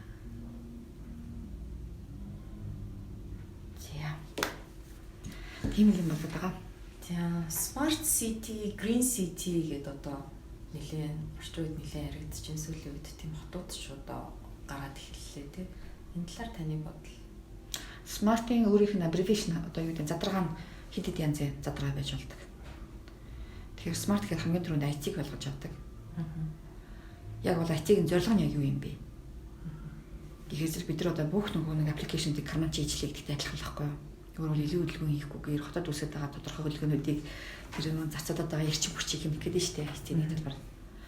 Нөгөө талаас удирдлагын асуудлыг бас авч үздэг. Хат өөрөө нээлттэй транспарант тийм удирдлагын зохион байгуулалтыг хийхэд бас смарт болж хувирдаг. Энэ бүгд хоорондоо нийлэх хэрэгтэй. Манай хол ганц IT руу яваад байдаг. IT бас биш юм аа. Нөгөө талаас удирдлагын асуудал олчихгүй бол энэ хоцрогдно. Энэ хоёрын зөрчил үүснэ, ойлголцон зөрүү үүснэ. Зэрэгэл хийхгүй бол. Чагтаад байдیں۔ Green City-ийн талаар Green бол эргээл яг нөгөө сайн ирчим хүчний хэмнэлтийн асуудал яллаа штэ. Өнөөдөр бид нар одоо нөгөө автобусны буудлын дээр автобус маань хэд ирэх юм бэ гэдгийг мэдээд сууж ивэл тэр хүний бүтэмжсэн нь. Тэг бүх чинь бүч усны хэрэглээ. Одоо бүгдийн тухайлаг хийх бол бид нар нөгөө том нөгөөцөө бодоолгоч хадаа очиж тэр гэрэн гэдэг юм. Ингээд энэ Green City, Smart City гэх юм уу? Эсвэл Smart гэдэг дотроо Green явж байгаа. Би бол явж байгаа ойлгож байна. Дээр нь нэмээд удирдлагын онортой удирдлагын зохион байгуулалт нэмэгдэхгүй бол энэ юм бол. За одоо нэр халуухан сэдв болж байгаа нэг асуулт байна. Түүхийн дурсгалт барилга байгууламжийн талаар одоо таны бодол түүхийн дурсгалт барилга гэж одоо яг ямар барилгыг тодорхойлох юм тий? Тэгээ бас ямар барилгыг хадгалж хамгаалах хэрэгтэй юм? Одоо Улаанбаатарт одоо үнэхээр хадгалж хамгаалах ёстой барилга байгууламжуудыг нэрлэл гэвэл та ямар барилгуудыг нэрлэх вэ? Түүхийн дурсгалт барилга байгууламжууд энэ бол өстой Улаанбаатар хотын хувьд өстой аюул болсон асуудал болж байгаа тий. За миний бодлоор бол нийслэлийн зураг засварын миний санахад бол баг 2000 хэдэн онд нэлээд нэг тийм судалгаа хийгээд бүх байшингуудыг тоолоод За энэ л бидний өв юм а, энийг л аваад үлдчихийгээ бүр салгаад гараад ирсэн нэг юм би. Тэгээ тэрийг одоо яагаад хэрэгжүүлэх байгаа гэдгийг би бүр ойлгохгүй. Хот дэндүү удаан байна гэж бодоод. Тэр чинь нийгмийн өмч байхгүй юу? Яг үүндээ бидний туулж өнгөрүүлсэн амьдралын баталгаа байхгүй юу? Тэгээ нийгмийн өмч. Тэгэхээр бидний хувьд зэрэг хувьсгалаас өмнөх яг тэр саяны 60 70 жил 80 жилийн хооронд болсон процессын түүхэн урсгал объектууд тэгээд одоо орчин үеих болж байгаа байхгүй. Тэгэхээр бид нар туулсан юмудаа бүгдийг байлгах хэрэгтэй очоод байна. Тэгээ бид нар чинь өмнө нөгөө 2000 онд нэг үний эдийн засаг солиглоо гэлтэй төсөв солиглээ, нийгэм шийдвэрлэе гэж яах үедээ л бид нар нөгөө уртаж өгөө болсон сүм хийдэ ясаар аваад гарч ирсэн хүмүүс шүү дээ. Тэгээ өнөөдөр яагаад нөгөө тхи гарынхаа хэсгийг одоо шууд үгүйсгэж байгааг нь ойлгохгүй байна. Тийм хүмүүс тэр үед цаг үед төрж өсөд өөрөө байгаа болохоор өөрт нь үнцний үг харагдаад байгаа юм уу мэдэхгүй. Тэгэхээр энэ байх хэвээр. А энийг хадгалж чадхгүй үлдэх арга бол ийм төрөлбөр арга байна. Тэгтээ өнөөдөр буулга шиний барин гэдэг бол ястал логик асуудал тийм үү? Өнөөдөр алийн бариудыг салах гад хүмүүсэд тэр хөдөлгөөний төсөөлөх гад хотод шийдэх маш олон асуудал байхад тэр асуудлуудаар нэмж дамжуулж одоо шийдэх боломж байгаад байхад тэр аргаар хэрэглэхгүй. Ягаад хэвээ асуудлыг хэвээр нь барилгаад нөгөө төвлөрөл одоо байдаг бол бидний байлгах гэдэг юм бэ гэдэг сонирм байгаа байхгүй. Хэрэв хөрөнгө оруулалт хийх чагаа өгөөж нэг юм бэ гэдэг шийдэх хэрэгтэй. Нөгөө өгөөж тооцохгүй шүү дээ тэр. Тэгэхээр нөгөө дахиад нэг хотын өөрийнх нь үнцэнтэй байдал болон өөрийнх нь өмчийг үнэлдэг үнэлгээ байхгүй байгаа учраас тэдэнд ямар ч үнэлгээ байхгүй. Өөрөөр хэлбэл баруун хотын нэг төсөөс нэг засгаас авч байгаа тасрын болохоор зэрэг одоо жишээлбэл Америкийн хараа өөр, Европын хараа өөр гэж ярьдаг л да. Гэхдээ тэнд болохоор яагаад гэдэг вэ гэхээр федералаас нь одоо штат руугаа яаж мөнгө хийдэг вэ гэхээр зэрэг тэр хотод байгаа үн цэнтэй асет дээр үнэлж өгдөг байхгүй үнэ хэлхүүний үнэлгээнд дээр. Өөрөөр хэлбэл татвараараа дамжуул тэр хөрөнгө босгож байгаа учраас хэдийн хэмжээний хөрөнгө дотор орлоготой байгаа тогтмол болгон тий. Тэндээс өсөж мөнгө өгдөг байх нь л тий. Усаас явж байгаа ногоон, засаглал тэр нөө эмзэг бүлгээ тэгээд дээрээс нь өөр бас юу вэ те бүх хөтөлбөрүүдийг тийшээ чигдэг. Тэр нь тэн дээрээ суурилж яадаг. Тэгэхээр манай тэр систем бүлдэж байхгүй учраас манай хүмүүс үн цэнтэй байхгүй болчиход байна л да. Өнөөдөр гэр хорооллыг үн цэнтэй болгож чадахгүй байна. Гэр хороол дотор орцсон ретро одоо өнөө социализмын үеийн байсан байлаа боломжийг нураан гэж орж ирж байна. Гэтэл тэр нь бидний түүх байхгүй. Бид нар туулаад өнгөрсөн өнөөдөр. Яах юм? Миний аав ээжийн амьдрал тэдэр босгоцсон, хотыг босгосон хүмүүсийн амьдрал тэнд туулаад өнгөрсөн үн цэнтэй байхгүй. Өнөөдөр тоосхон заводын тоосхон хотыг тоосхны виллеж аваад жижигхэн мод байшин бод. Яг тоосхон заводын дотолтой. 6 лам байшин баг. Нэг та байгаа шүү тэр. Одоо соёлын төвтэй. Тэрийг нураан гэж хороолоо орж ирсэн баг. Өнөөдөр хамгийн Улаанбаатар хотод хамгийн анхны одоо нөгөө дэлгэр хөлөө агропарк ч одоо сангийн аж ахуй чинь нөгөө чинь тэрний хамгийн амгалан одоо анхны нөгөө ногоон хүнсийн ногооны аж ахуй сангийн аж ахуйд байгуулагдсан баг. Одоо тэр нь яг ботаникийн урталт баг. Тэр нь зойр байдаг. Тэр зойр биш. Тэнд ажлагчдын орон сууцсан байна. Тэр ажлагчдын галтаан байна. Нэг агуулган байна. Хажууд нь хүнсийн дэлгүүр байна. Яг социализмын үеийн их хэсэг 50 он баригдсан байлаа. Тоосхны нингэн тэрний үргэлт нь одоо яг манай 58 онд тоосхон заводыг өртгсөн өртгөлийн байлгатай адилхан. Тэр өөрөө бид үнэтэй байхгүй юу? Одоо тийм үрлэгтэй байлга байхгүй. Гадна талаатын тоосхон үрлэгтэй байлга байхгүй. Тэгээ тэрийг унаа нураах гэж оролдож байна. За тэгээд тэр чинь өөрөө ямар түүхтэй газар вэ гэхээр зэрэг цайны замаар мянган тэмээний цай буулгаж ирсэн логистик тал байхгүй. Тэндээс цаашаа алтан булгуураас цаашаа гарах хятад гаргаж ирсэн байна. Тэр зооныг ерөөсө тэр чигт нь авч үлдэх хэрэгтэй байтал бүгдийг дахин төлтөр арчих гад бэлдээд байж шин. Тэгэхээр зэрэг тэдрийг бодохгүй байгаа хүмүүс одоо энэ төв дотор бодож байгаа юм бүр яг юу болж эхэлж байгаа байхгүй. Яагаад гэвэл бид нар чинь хот ингээд амар хол юм шиг байсан юм нэг гэр хороолтод хийлээ сошиал ороод ирсэн нөгөө үнцэнтэй өсөж юм байхгүй болж байгаа. Тэгээ бид нар инээс илүү юм устгах гэж байж байна л гэсэн үг байхгүй. Эдийн засгийн суурин болгоод аваад явчих юм надад гэж байгаа л. Тэгээд дээрээс нь орж иж байгаа тийм том хөрөнгө оруулалтуудыг хотод тулгарсан асуудлуудыг тэрийгээр дамжуул шийдэх тийм гаргалгаа гарахгүй юм гэдэг л хамгийн гам шиг болчиход байна л да. Тэгээд тэрийг зүгээр нургаад барина гэдэг бол. Таны бодлоор одоо хотын гоо зөв гэж юу вэ? Одоо Улаанбаатар хотын гоо зүүн одоо бодлого төлөвлөлт гэж байна уу? Байвал одоо ямар байх хэвээр? Гоо зүүн бидний нөгөө юунаас л хамаарах та. Одоо нөгөө урбан дизайнтай ч холбоотой.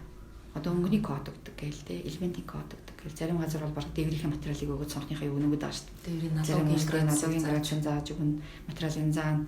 Тэргүүрээ зарим газар нь баг имижийг бүрдүүлээд ингээд ажирч татаад байгаа нөхцөл байна. Татгал хэрэгтэй хальтаа. Гэхдээ Улаанбаатарт ирсэн гадны хүмүүс юу гэдэг вэ зэрэг өнгөний эрхчлэл нь болохоор зэрэг ерөөсөө хүмүүс эрхчлэлийг илэрхийлдэг гэж хэлдэг. их сонин сагцсан да. Тэгээд гоё сагцсан да. Уулын оройдоо дагалаад орохоор зэрэг ямар гоё юм бэ яасан гэсэн дээвэр нь айгүй олон янз өнгөтэй. Ямар гоё юм энэ чи ийм гоё харагддаг юм гэл ингээл. Тэгээд гэр ороод дээрээс амар гоё та нараа ингээд.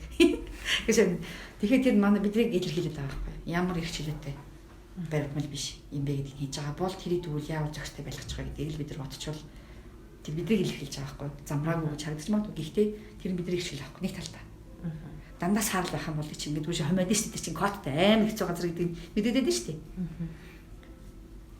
Тэгэхээр бид айгүй олон өнгөөр явж байгаа бол тэр нь сайн байж магадгүй. Би бол тэр талтай айгүй хаппи байдаг. А гэхдээ тэрийг яг нөгөө нэг цэвэрхэн байгаад нэг ачаа тайл руу гутаа тайлаад орхос аргагүй болтол байлгадаг шиг л байчвал гоцоор орхох. Ер нь ингээ Монгол маягийн хот төлөвлөлт гэж байх ёстой юу? Тэ Улаанбаатар хот одоо ямар байвал ямар одоо хэлбэрийн төлөвлөлттэй юм те? Монгол маяг хүмүүс яг гэрийг л яриад байдаг л да. Өнөөдөр яг хэдхэн хоногийн өмнө би бас нэг гэр гэдэг дээр асуудал орчоод явж. Амны цусны хороол гэдгээс нь харчаачтай гэр гэдэг чи өөрөө сууцтай. Тэр тал дээр би байшаа зогтой. Яагаад гэхээр зэрэг дахин төлтийн төлөвлөгөө гэдэг гэр хороолыг дахин төлөвлөнө гэсэн. Гэр чинь манай нэг феномен байхгүй гэдэг мөртөө нөгөөтийгөө устгах төлөвлөгөө хийж байгаа байхгүй бид нар. Яг үнэхээр тийм юм бол. Тэгвэл гэрээ бид нар яаж очих юм? Бидний нөө төлтийн зарчимд чи яаж их юм бэ? А гэхдээ гэр хороол өнөөдөр байж байгаа байдал нь ерөөсөө Монгол суурьшил яаж явдаг юм бэ? Тэр яг тэр агуулга барай явж. Ерөөсөө л шугам годомжууд. Өнөөдөр бид нар хийдийг хүрээлээ сууж исэн гэж яддаг байхгүй юу? Хүрээ хийдгээд дээ. Тэгээд тэрийг хүрээлээд байсан болохоор хүрээгээд байгаа байхгүй. Гэхдээ тэр хүрээний дотор чинь дахиад нэг элемент байгаа. Тэр нь годомж байхгүй юу? Яагаад гэвэл тээврийн хэстэй хэмээ. Ачаа өсгөн том малтаа орчдөг. Өөртөө морьтой орчдөг. Нөгөө том хаалгач чинь тэр штэ. Морьтой өгөөд орох гэж чинь. Ачаа тэр чигтэн байж орох гэж. Тэгээд тэрүүгээрээ нөгөө тээврийнх нь нөгөө хэрэгсэл нь бидрийг тийм том годомжтай игнээ годомжтай байхаас аргагүй болгоцсон байна. Тэгээд зэрэг гандан би яг годомжийг авч үлднэ гэж одоо бидний үнцэн тэнд байгаа юм байна. Нэгэнтээ ингээ олон нийгмийн ингээд шилжлээд аваад тулцсан ч гэсэн годомж гэдэг юм тэнд юм байна гэдгээрээ тэр багахгүй годомж. Тэгэхээр Монгол бол годомжныхаа систем чинь манай энэ чинь годомж манай систем юм а гэж ойлгож авах юм бол энэ өөрөө үнцэнтэй байхгүй. Тэгэхээр бид нар бол годомж байна. Дээрээс нь тэр гэр хороол гэдэг чинь манай феномен гэдэг үнэхээр феномен гэж үзэж байгаа юм бол тэгээд одоо ямар хэлтэй байх юм бэ? Бид нар аягүй сайн бодох хэрэгтэй болчихж байгаа хэрэг. Яаж байнгын ашигтай тэгээд эрчим хүчний хэмнэлттэй нөгөө эко гэдэг юм руу оруулах юм бэ? А нэг бол улирлын чанартай байх гэж байгаа бол тэр кодыг хийж хэрэгтэй. Одоо бол угаасаа гэр хороолт хамгийн түрүүнд ирж байгаа нь бид нар нэг болон тохог өгчдөг. Дээр нь хамгийн түрүүнд гэр байж байгаа учраас бид нар өнөөдөр сууцны асуудлаар бослого болчихоогүй сууж байгаа хүмүүс байна. Хэрэг суусны асуудлаар бид нар бослого болсон бол тэр гэр байгаагүй бол ястаа бослого болж байгаа гэж бол тэгж ойлгож байна. Тэгэхээр нийгмийн харилцаанд аюул том үүрэг гүйцэтгэсэн юм нь энэ гэр өөрийнх нь ач холбогдол байж байгаа. Тэгээ тэрийг үнэхээр манай хотын нэг амны сууцны илэрхийлэл юм а гэвэл архитектурууд одоо тэрнээр ажиллахаас арга байхгүй гэж бодож байна. Зөв нэг жишээлээд хальж магадгүй. Гэхдээ нэг жишээ хэлэхэд өштэй юм байгаа байхгүй. Газрыг одоо юм бас өмчсөн бас нэг сайн тал бий гэж би бодож байна. Магадгүй бидний мөнгөний харилцаатай бол. Ягаад гэвэл би нэг орон сууц барьсан хорооллын худалдан авагчдын судалгаа хийж үзсэн байхгүй. Хин энэ байшин худалдаж авбай. Яг барьсан хүн нь болохоор зэрэг гэр хороолоос хөдөөнөөс ирж хүмүүс авсан надад хэлээд байгаа байхгүй. Яг судлаад үзсэн чинь нийтийн орон сууцнаас л өр тусгарсан хүмүүс байхгүй. Тэгэхээр зэрэг нэг байшин дотор байгаа өрөөнд тусгаарласан мөрхүүдийн хоорондын харилцааны асуудал хашаан дотор тустай байшинтай амьдарч байгаа хүмүүсийн хоорондын харилцааны асуудал нийгэмд амар энгийн байж байгаа. Баг бид нар ингэ 50 байгаа баг. Надад санагдаж байгаа байхгүй. Тэгэхээр гэр хороолол жижиг байшин бариад байгаа ч гэсэн тэнд 2-3 өрх амьдраад байна болоод байна. Яагаад гэвэл өр тусгаалцсан байна. Тустай асуудал шийдсэн. Сууцны асуудал шийдсэн. Тэгэхээр гэр хороол нэг талаа бидэнд бас энэ нийгмийг 50 байлгах бас их юм болсон баг гэж боддог шүү. Нэр шүү. Одоо ингээд бид нар ингээд яг хот болж одоо суурьшаад бага хугацааг хугацааг өнгөрөөжээ гэх. Бид нар туршлага бага байна гэж үздэг. Тэгээд бид нар одоо хот төлөвлөлтийнхаа баримт чигийг боловсруулах тий хотын төлөвлөлтийнхаа гадаадын одоо зөвлөхүүдийг урьж оролцуулах хандлагатай байдаг. Та энэ талаар одоо ямар бодолтой байдаг вэ? Тэдрээс юу авахыг сайн мэдэх хэрэгтэй гэж боддог шүү дээ. төлөлтийн онол зарчим тэнд нь сутах байх гэж боддог. Би социализм үеийнхэн ч бүр мундаг гэж боддог. Яагаад гэвэл яг бидний норм тавигдсан тэр орчныг Кобегийн газар хөдлөлтийн дараа бий болгосон байхгүй. Ингэж их төрчлөхгүй. Маш өдөр тутам өргөнжүүлэлттэй годомжуудыг тавьж өгсөн байдаг шүү дээ. Тэр хүмүүс суралцсан байхгүй. Бид нар суралцлагыг шууд нормод хэрэг тавьсан байхгүй. Тэрний үнцнийг мэдрэхгүй. Тэгээ бүгдийг нэвтрүүлээ ачлаа шүү дээ. Амар нэвтрэх та. Яг нь нэвтрүүлэх гэдэг хүсэж байгаа хүмүүсийг хийх гэж хэлсэн юм байна. Гэхдээ л тэр зохистой л явах хэрэгтэйсэн байхгүй. Зохистойг нь бид дэндүү хэтрүүлсэн байхгүй. Шуурж ашиглах чинь юм. Тэгэхээр би болохоор тэдрээс бид нар яг юу авах гэдэг юм бэ гэдгийг л мэдэх хэрэгтэй. Сая хэлсэт бидний төлөвлөгөө ганцхан зураг юм аа. Ямар ч муу төлөвлөлтийн зургийг маш сайн хэрэгжүүлж чаднаа бид нар. Гаргатан суралцах юм бол. Тэгээ бид нар хотын удирдлага гэдэг юмд л суралцах байхгүй. Бид нар нээлттэй байж чадахгүй байна. Шийдвэр гаргалтыг тарааж чадахгүй зөвхөн хөрдөрл байх гэдэг юм. Олон нийтэд мэдээлэл өгөхгүй байна. Нөгөө мэдээллийн нээлт юм хаана байхгүй шүү дээ. Хүмүүс эрхийг бид нар одоо яг нөгөө мэд хэрхийг бид нар хааж таахгүй. Яг нөгөө төлтийн юм дээр. Амьдрах шин чанар дээр гаргаад байгаа шийдвэрүүдээ бид нар буруу хийж байна. Одоо далд хийж байна. Гэхдээ шийдэл гаргаад тэр шийдлэж бид нар нээлт ялж чадахгүй байхгүй. Тэгэхээр бид нар олуулаад тэр асуудлыг ярьдаг бол цагт бидний яриад байгаа юм хүмүүс ойлгох байхгүй. Тэр арга өөрчлөх бол хэвээрэл яа. Одоо ингээд хотын нэгтрадын ингээд нэгтрлийг саруулах зорилгоор янз бүрийн дэдүүд байгуулж байна. Одоо нэг жишээлбэл одоо шинэ онгоцны буудлыг байгуулад онгоцны буудлаа шилжүүлчлээ. Таны талаар одоо ямар бодолтой байна?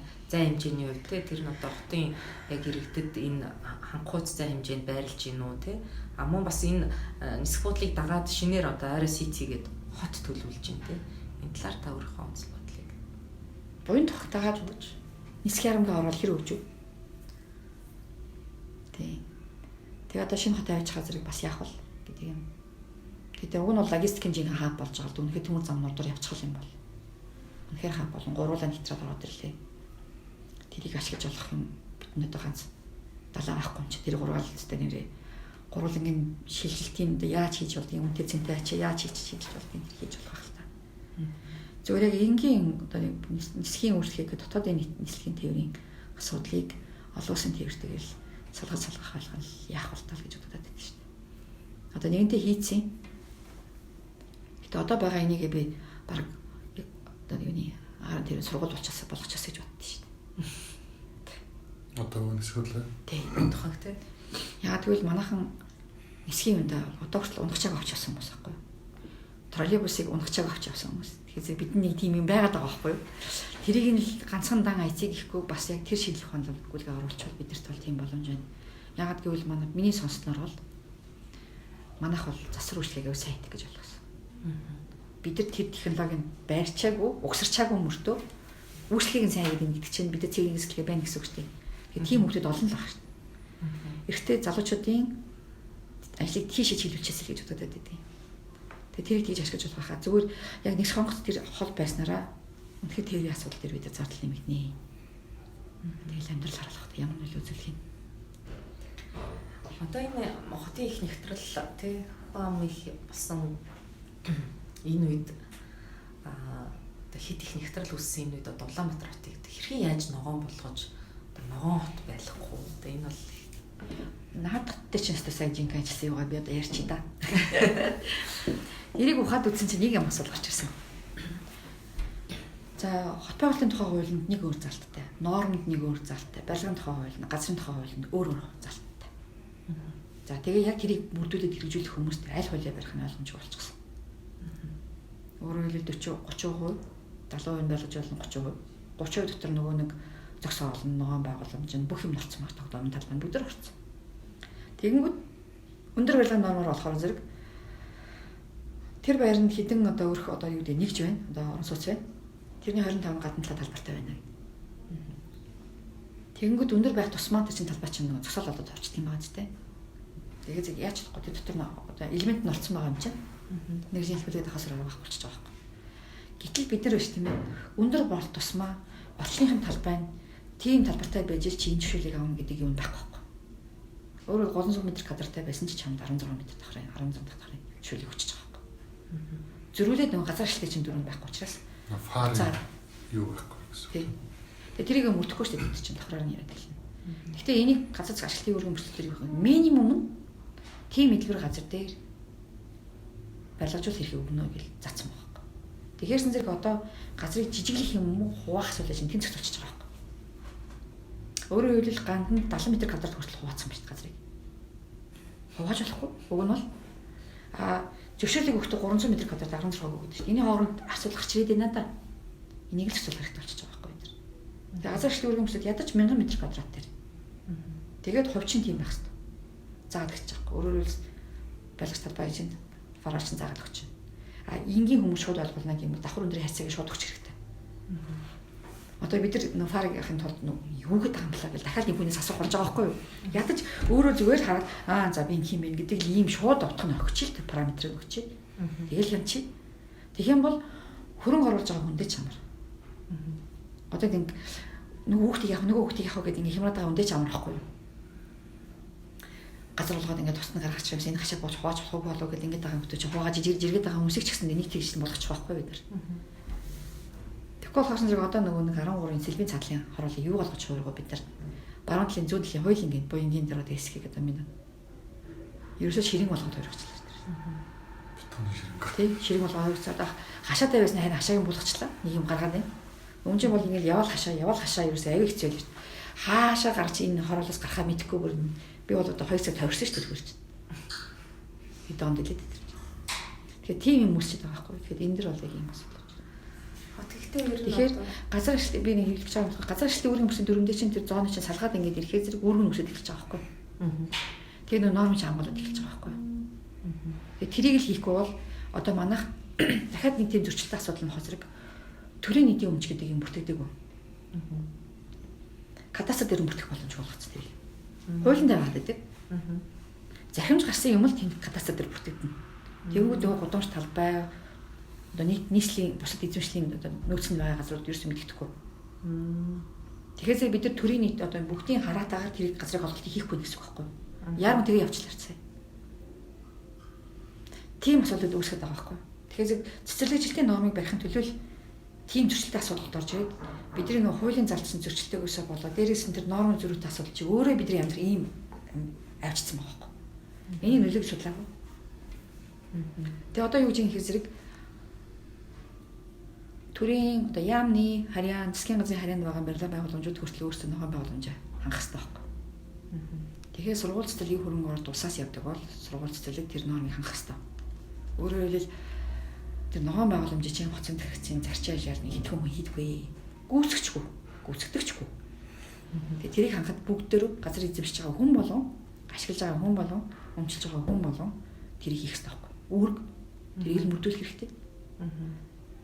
Тэрийг одоо хөвшүүлэх гээд мод тарж байгаа хүнд урамшуулдаг гэдэг байна. Гэхдээ урамшуул өгөөд өөртөө хэмжих. Яагаад тэр хүн өөрийнхөө газартаа үнцийг оруулаад тэр орчин хөдөлж болдгоо.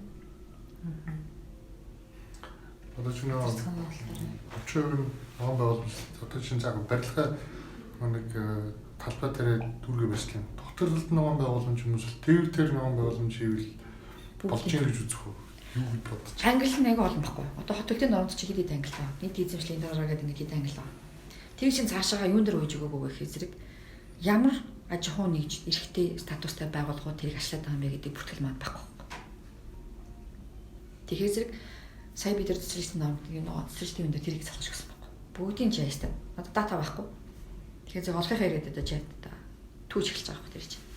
Тэгээ англиад ингээ гарахад ирэхээр зэрэг төр хувийн хвшилт байгаа эзэмштэй байгаа бүх хүмүүс гарч ирэн дээрээс нь гудамжны ногоон байгууламжийн асуудлыг харилцдаг зарчаалаа авч явах хэрэгтэй байхгүй. Дээр нь нэмээд одоо энэ газар дээр байгаа хөрсний бохирдлын асуудлыг давхар энэ дээр яаж байгаа. Барилгачлалт явагдсан газар болгон барилгын хогод үрчиж байгаа байхгүй. Хөрс хамгийн чухал. Мөн та нар одоо хотод ингээ шинээр мод тархич газар ухах юм бол доор нь барилгын юм тарж. Одоо солиын дүүргэн саяны нэг явган замаа тавилаа штэ тэрний модыг тарих гэж байгаа ингээд ухсан чинь тэнд дотор арматур байгаа, блок байгаа, тоосны хог байгаа. Тэрийг ухаал тэгээд тэнд нь жоохон хашаараа ийг л тавьж чинь тэрийг. Тэгээд урагчих юм тэгээд хөрх нь тэнд дотор. Гэтэл Оросд болохоорсон зэрэг одоо бид нар Москвад явж байхад яг тэр точлыг очсон. Йоо хідэн сантиметр 30 см шороо 10 см ил тавьж очиж байгаа. Тэрийн доор ямар бэлтгэл явж байгаа. Тийм хийгдэж байгаа. Тэр одоо яг тийм хөрсөн дээр тарьж байгаа манд бас яг одоохондоо ингээ урагчаа харагдаж байгаа ч гэсэн бас хурцтай удаан амьдрах болж байгаа гэсэн үг шүү дээ. Тэгэхээр бидний нэг санал болгосон юм дээр юу орсон бэ гэхээр зэрэг нэгдүгээр хөрсийг талбайн бэлтгэл хэлэх хаа. Одоо Солонгос болохоос одоо хэрэв би буруу сонсоогүй миний нэг хүн надад тайлбарсан болохоос зэрэг эхлээд төчтэй үл гэж бат. Хот. Өөрөөр нөгөө газар авт. Тэгэхээр газар ашиг өөрийн бүсийн төрөм дээр ч юм болохоос зэрэг тэр барилгыг тавих гэж улаан шугам чи тавил бүр яг зоон тавьдаг байхгүй. Тэгээд дээр нь дээвэр тавихаас өндөр яндаг байхгүй. Ийм хоёр хэмжээ тавьдаг. Ашиглалтыг нь болохоор зэрэг одоо гэстэй call based байхгүй. Хажуугийн өмнөх шүүд энд чинь манай энд ийм ашиглаж явах хэрэгтэй байл энэ бүр ийм хийж ингээд хоолдог байхгүй. Тэргээр хяндаг. Нэг тийм. Тэгэхэд манайх тэр хөрсийг одоо нэгдээд авахгүй байна. Талбайгаа төвчлөлтийн одоо нөгөө гагийн тодорхой тавьж өгөө учраас Мишлийн хяналт болцоогүй байна. Та нар өдөр мэдж байгаа шүү дээ. Бид нар эскиз батлуулаад төвчлэн гэдэг зураг хийчихдэг. Тэрийн төвчлөлтийн ажлын зураг экспозицээр ордоггүй. Зөвхөн барилгын зураг нь л ордог. Төвчлөлтийн ажлын зураг орох юм бол их бүхий багтуулаад тэр Мишлийн хяналт хинчиж эхлэв шүү дээ. Гэх мэтчлэнгээ зүуд дотроо процессыг сайжруулах боломж байна. Нормоо сайжруулах боломж байна. Заавал дээг шийдвэр гаргал ингэж байх юм. Гэхдээ 100% газрыг ажиглах болох газар байна. Тэгвэл тэрийн үүргийн шилжүүлээд нэг газар өчөлдөг. Нөгөө паркууд дээр нь хаана парк татаад тэнд нь. Тэгээ тэр нөхөд тэр өөрийнх нь нийлбэр дээр байсан бол тэрийг ашиглалтыг аваад явна шүү дээ. Тэрнтэй адилхан тэрийг ашиглалтаа аваад яв. Зарлын нэлтээ өг. Ийм санал өгсөн. Наанд ч нэг тийм арга та. Ихтэй болов гэдэг. Одоо Улаанбаатар хотын гамшигын эрсдлийн одоо бодлого төлөвлөлт энэ талаар та өөрийнхөө санал бодлыг. Гамшигын эрсдэл гэхэр зэрэг нөгөө одоо бид нар Батбахийн хувьд бол бид нар угаасаа хангаж байгаа шүү дээ. Экспертизээр хянаж энэ хоёр дахь одоо экспертизийг бол би хоёр дахь инженерийн хяналт гэж ойлгож байгаа шүү дээ. Бид бол гамшигын хувьд болохоор зэрэг бидний нээлттэй орон зай болгон тэр гамшигт чинь төлөвлөх гэж байгаа үйлчлэг байхгүй. Коридорууд, удам зам талбай, нээлттэй талбайнууд энэ бүгд бидний одоо нэг эрсдэл үргэж байгаа газар дээр л одоо хуран цоглох том талбай ч шүү дээ. Тэрийг бид нар гаргаж чадахгүй. Өнөөдөр Сүхбаатарын талбайгаас босоод дүүргүүдэд өөртөө талбай байна байхгүй. Өнөөдөр цай захыг хүртэл хүрээлээд байгаа одоо дүүрэг арга хэмжээгээ зохион байгуулж ингэж юу гэсэн үг лээ. Тэгэхээр энэ олон том орон зайнууд чинь бидэнд давхар ийм юм хэрэгтэй байд юм аа гэдэг нэг юм байна. Дээрээс нь одоо хуучин нэг иргэний бэлтгэл гэдэг явдаг байлаа шүү дээ. Тэр бол бүр зайшгүй. Тэгээд тэгэхээр зэрэг ганцхан нэг орон зайгаараа бий болохоос өсвөлээд хүмүүсийн бэлтгэл арга хэмжээр өөрчлөлт орохоос байхгүй. Тэр 10 жилтэн заагаад тэгээ аж ахуйн нэгж байгууллагын ярилцлага сонсголоор нь заагаад ингээд заавалчгүй байдаг байл ш тэр одоо. Тэр одоо бусад усад байдгүй юу байдаг. Одоо жишээлбэл заавал зойртой байхаас өөр байхгүй. Нөгөө нэг том шаршуур явдаг юм. Заавал зойртой байшин байна. Хажууд нь бүр хуучны зоргүй байшин байгаа бол тэр байшин цугларна гэдгийг нүргэнд өгсөн байна. Тав тэндэг байж хаад ингэ аймсал их болдог байхгүй. Тэс чи манай дээдлийн хажуугаас одорч байгаа. Би ойлгоогүй. Надад хин ч хэлээгүй дэрэг гэхдээ бид ингэ шэйр хийд юм аа. Одорч байгаа байхгүй. Тэгээд тэр зойронд чи нөгөө нөөцөд нь байна. Хэрвээ юм болох юм бол одоо нөхлөх ёстой. Адаглал нөгөө гарч идэн чүдэнс чинь те. Нөгөө гац чинь нөгөө галчин талаа чинь. Тэр иргэний бэлтгэл авахгүй. Тэр бол тэгээд амьдралын юм аягаад тэр ороод ирлээ шүү дээ. Бид нар юм үзег болохоор нөгөө бидэрт хөвшүүлж ийсэн тэр нөгөө нэг хэвийг хүчээр хийжсэн учраас бид зүгээр үн цэнийг мэдэхгүй хайчиж байгаа байхгүй. Арсан дээр турсан бол хаяхгүй л байсан баг л та. Тэрний үед жишээлбэл Улаанбаатар хотод одоо гамшиг тохиолдол гэхэд та одоо хамгийн түрүүнд юу хийх вэ? Ямар арга хэмжээ авах вэ? Би одоо бүх бичиг баримтаа нэг дор хийдэг байхгүй. Яг нөгөө зарим мартахгүй гэлний дор хийж байгаа юм одоо. Гэхдээ яг нариндад болоход би гарлаа бол хэцүү үүрэл гарна гэж боддог. Нэг удаа манад гал гардаг байхгүй. Тэр бол яг хэрэгцэл л дээ. Шууж өгөө нөтгийг аваад хүүхдийнхээ банаас авч хүүхдийнхээ хувцсыг аваад тэгэл гарч байгаа байхгүй. Тэгсэн чинь 4 дахь лазар нөгөө хажуугийн ажилтнаа доош 3 дахь гайг болсон юм л та. Нөгөө айл руугаа буцаж орно нөтгийг сэрижний гайг болгосон л та. Тэгтээ тэрийг би нөгөө нэг юу дэлэхгүй Японд нөгөө нэг газар ашиглалтын бүсүнхийн төлөв нэг сургалтын суусан юм а. Тэн дээр бас яг яригддаг байхгүй. Иргэдийн яг бэлтгэл. Тэгээ тэрийг би юунаас сурсан бэ гэж зэрэг эмээгээс сурсан байхгүй. Нөгөө бэлтгэл арга хэмжээ. Тексттэй юм аа гэд. Тэгээ яа та ингэж лааж үзэн ингэж байлгаад идэм бэ гэж зэрэг. Энд чи ийм хүчтэй юм аа гэд ингэж ярьдаг байсан учраас би зүгээр нөгөө нэг дор байх гэсэн тэр нөгөө эмээгийн тэр хийсэн цаанд ороод би бүгдийг нэг дор хийждэг байхгүй. Тэгээ ийм учраас ингэ хийжсэн юм а гэсэн чинь танах тэгвэл харах хэмжээ авд юм бэ гэд хэлжсэн байхгүй. Тэгээ тэрийг бол бүр ингэ бүр том суралж явдаг гэсэн. Одоо Японд амьдарч байсан нэг хөө хэлжсэн л та. Хэрэгтэй. Одоо нөгөө хүүхдүүдэд хараа сууж байгаа яг нэр чинь тэр бэлтгэл арга хэмжээ яаж хийх вэ гэд ингэ зохион байгуулад сургалтанд ороод ингэ сууж яадаг.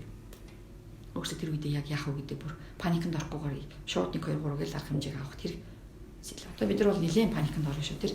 Тэр нийтийн тэр паник чинь л хамгийн том хүндрэлийг бөшөө бүр хүндрэлийг үүсгэж гэж байна. Тэр эхний 50 эхний 2 3 алхам хэмжээг өөрсдөө авчдаг тийм хэмжээнд л аваачихын тулд одоо масаар нь биш юм аа зүгээр л нэг сургуулаараа нэг бэлтгэл арга хэмжээг хийгээд юм шиг санагдаж байна тийм. За бидний одоо асуугаагүй таны хэлхийг хүссэн хүмүүст хүрэхийг хүссэн зүйлийнхаа талаар та бидэнд хаалцаж. Бидний асуултаас үлдсэн хоцорсон. За энийг л надаас асуучаасаа гэсэн зүйл байл. Асуусан болгон чинь бол бис хэлхийг хүсэх юм аа баг ярьсан байгаа. Бис гадар баахан ярьсан да. Тэгээ юу яг нэг төлөвшдөөгүй өнгөрөө. Тийм. Ер нь бол бидэрт хамаатай байгаа бүхэл юмыг л асуулаа гэж явуулж байна л да. Зүгээр нөгөө ирээдүйн төлөвлөгч хүүхдүүдэд илүү сонсох байх гэж бодоод миний хувьд өөрийн амьдралыг л төлөвлөж байгаа. Чи бусдаас тав илүү алхаж харах хэрэгтэй болж эхэлж байгаа. Тийм болохоор зэрэг ажигч. За нийгэмд үүсэж байгаа асуудлыг юунаас, яагаад болов гэдэг хүчин шалтгааны болгон төлөө явдаг тийм хүмүүс байгаасай. За тэгээд энэ хот төлөлт гэдэг юм хот байгуулж байгаа энэ үйл ажиллагаа процессын нөлөө нь маш удаан хугацаанд гарч ирдэг. Маш удаан хугацаанд маш их өртгөр засаг залруулагддаг ийм сектортэй. Тэгэхээр энд илүү хариуцлагатай хандахын тулд хүн өөрийн зарчимтай байх хэрэгтэй. Тийм болохоор мэрэгжлийн зарчимтай, ёс суртахуунтай тийм мэрэгжлийн хүмүүс болоосаа гэж боддتي. Тэгээд тэрнэр илүү төлөв ажилласаа. Одоо нөгөө хот төлөлтийн мэрэгжлүүдийг бол баг өөрөө маш их олон салбарлаж гарч болдог. Тэр дотроо бас бүр адвокаси бүр өмгөөлийн төлөвлөлт хийх хэрэгтэй. Ийм чиглэлөөр ч ороод ирсэн явж байгаа. Тэр нь бол маад бүр тулгаад ороод ирсэн байгаа.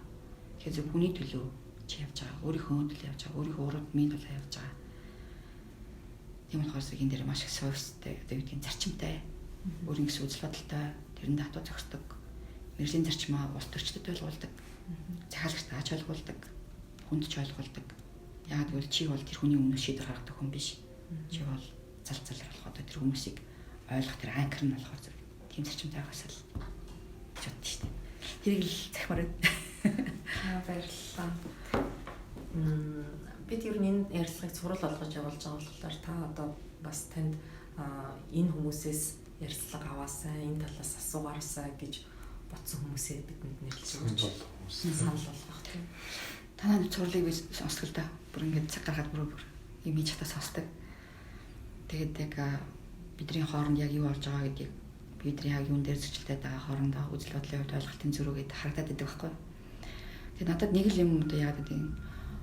Энэ одоо хотыг байгуулахын төлөө явж ирсэн тэр хүмүүсийн саналыг аваасаа. Тэр хүмүүсийн нэг туулахын төлөө бүх процедурыг тулцсан хүмүүс байхгүй.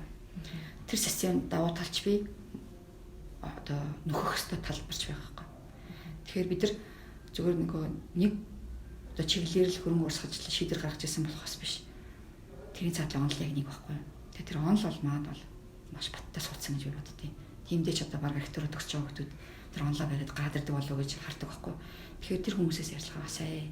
Хотын бүтээн байгуулж ирсэн тэр өмнөх үеийнхээс бид нар маш их суралцах хэрэгтэй болж байгаа тийм аа.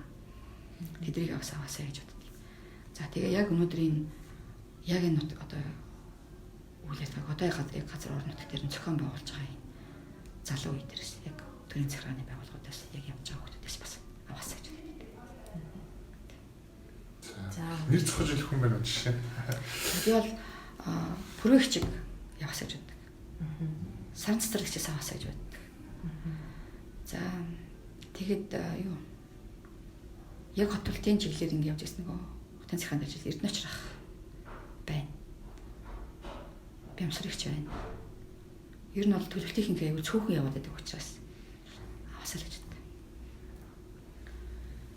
За баярлалаа. За манай нэвтрүүлэгт цаг цаваа гарган оролцсон маш их баярлалаа. Намайг урьж оролцсон баярлалаа. Танд уран бүтээлийн өндөр амжилт хүсье. За баярлалаа. Та нар ч гэсэн. Хэмжтэй хүртгая.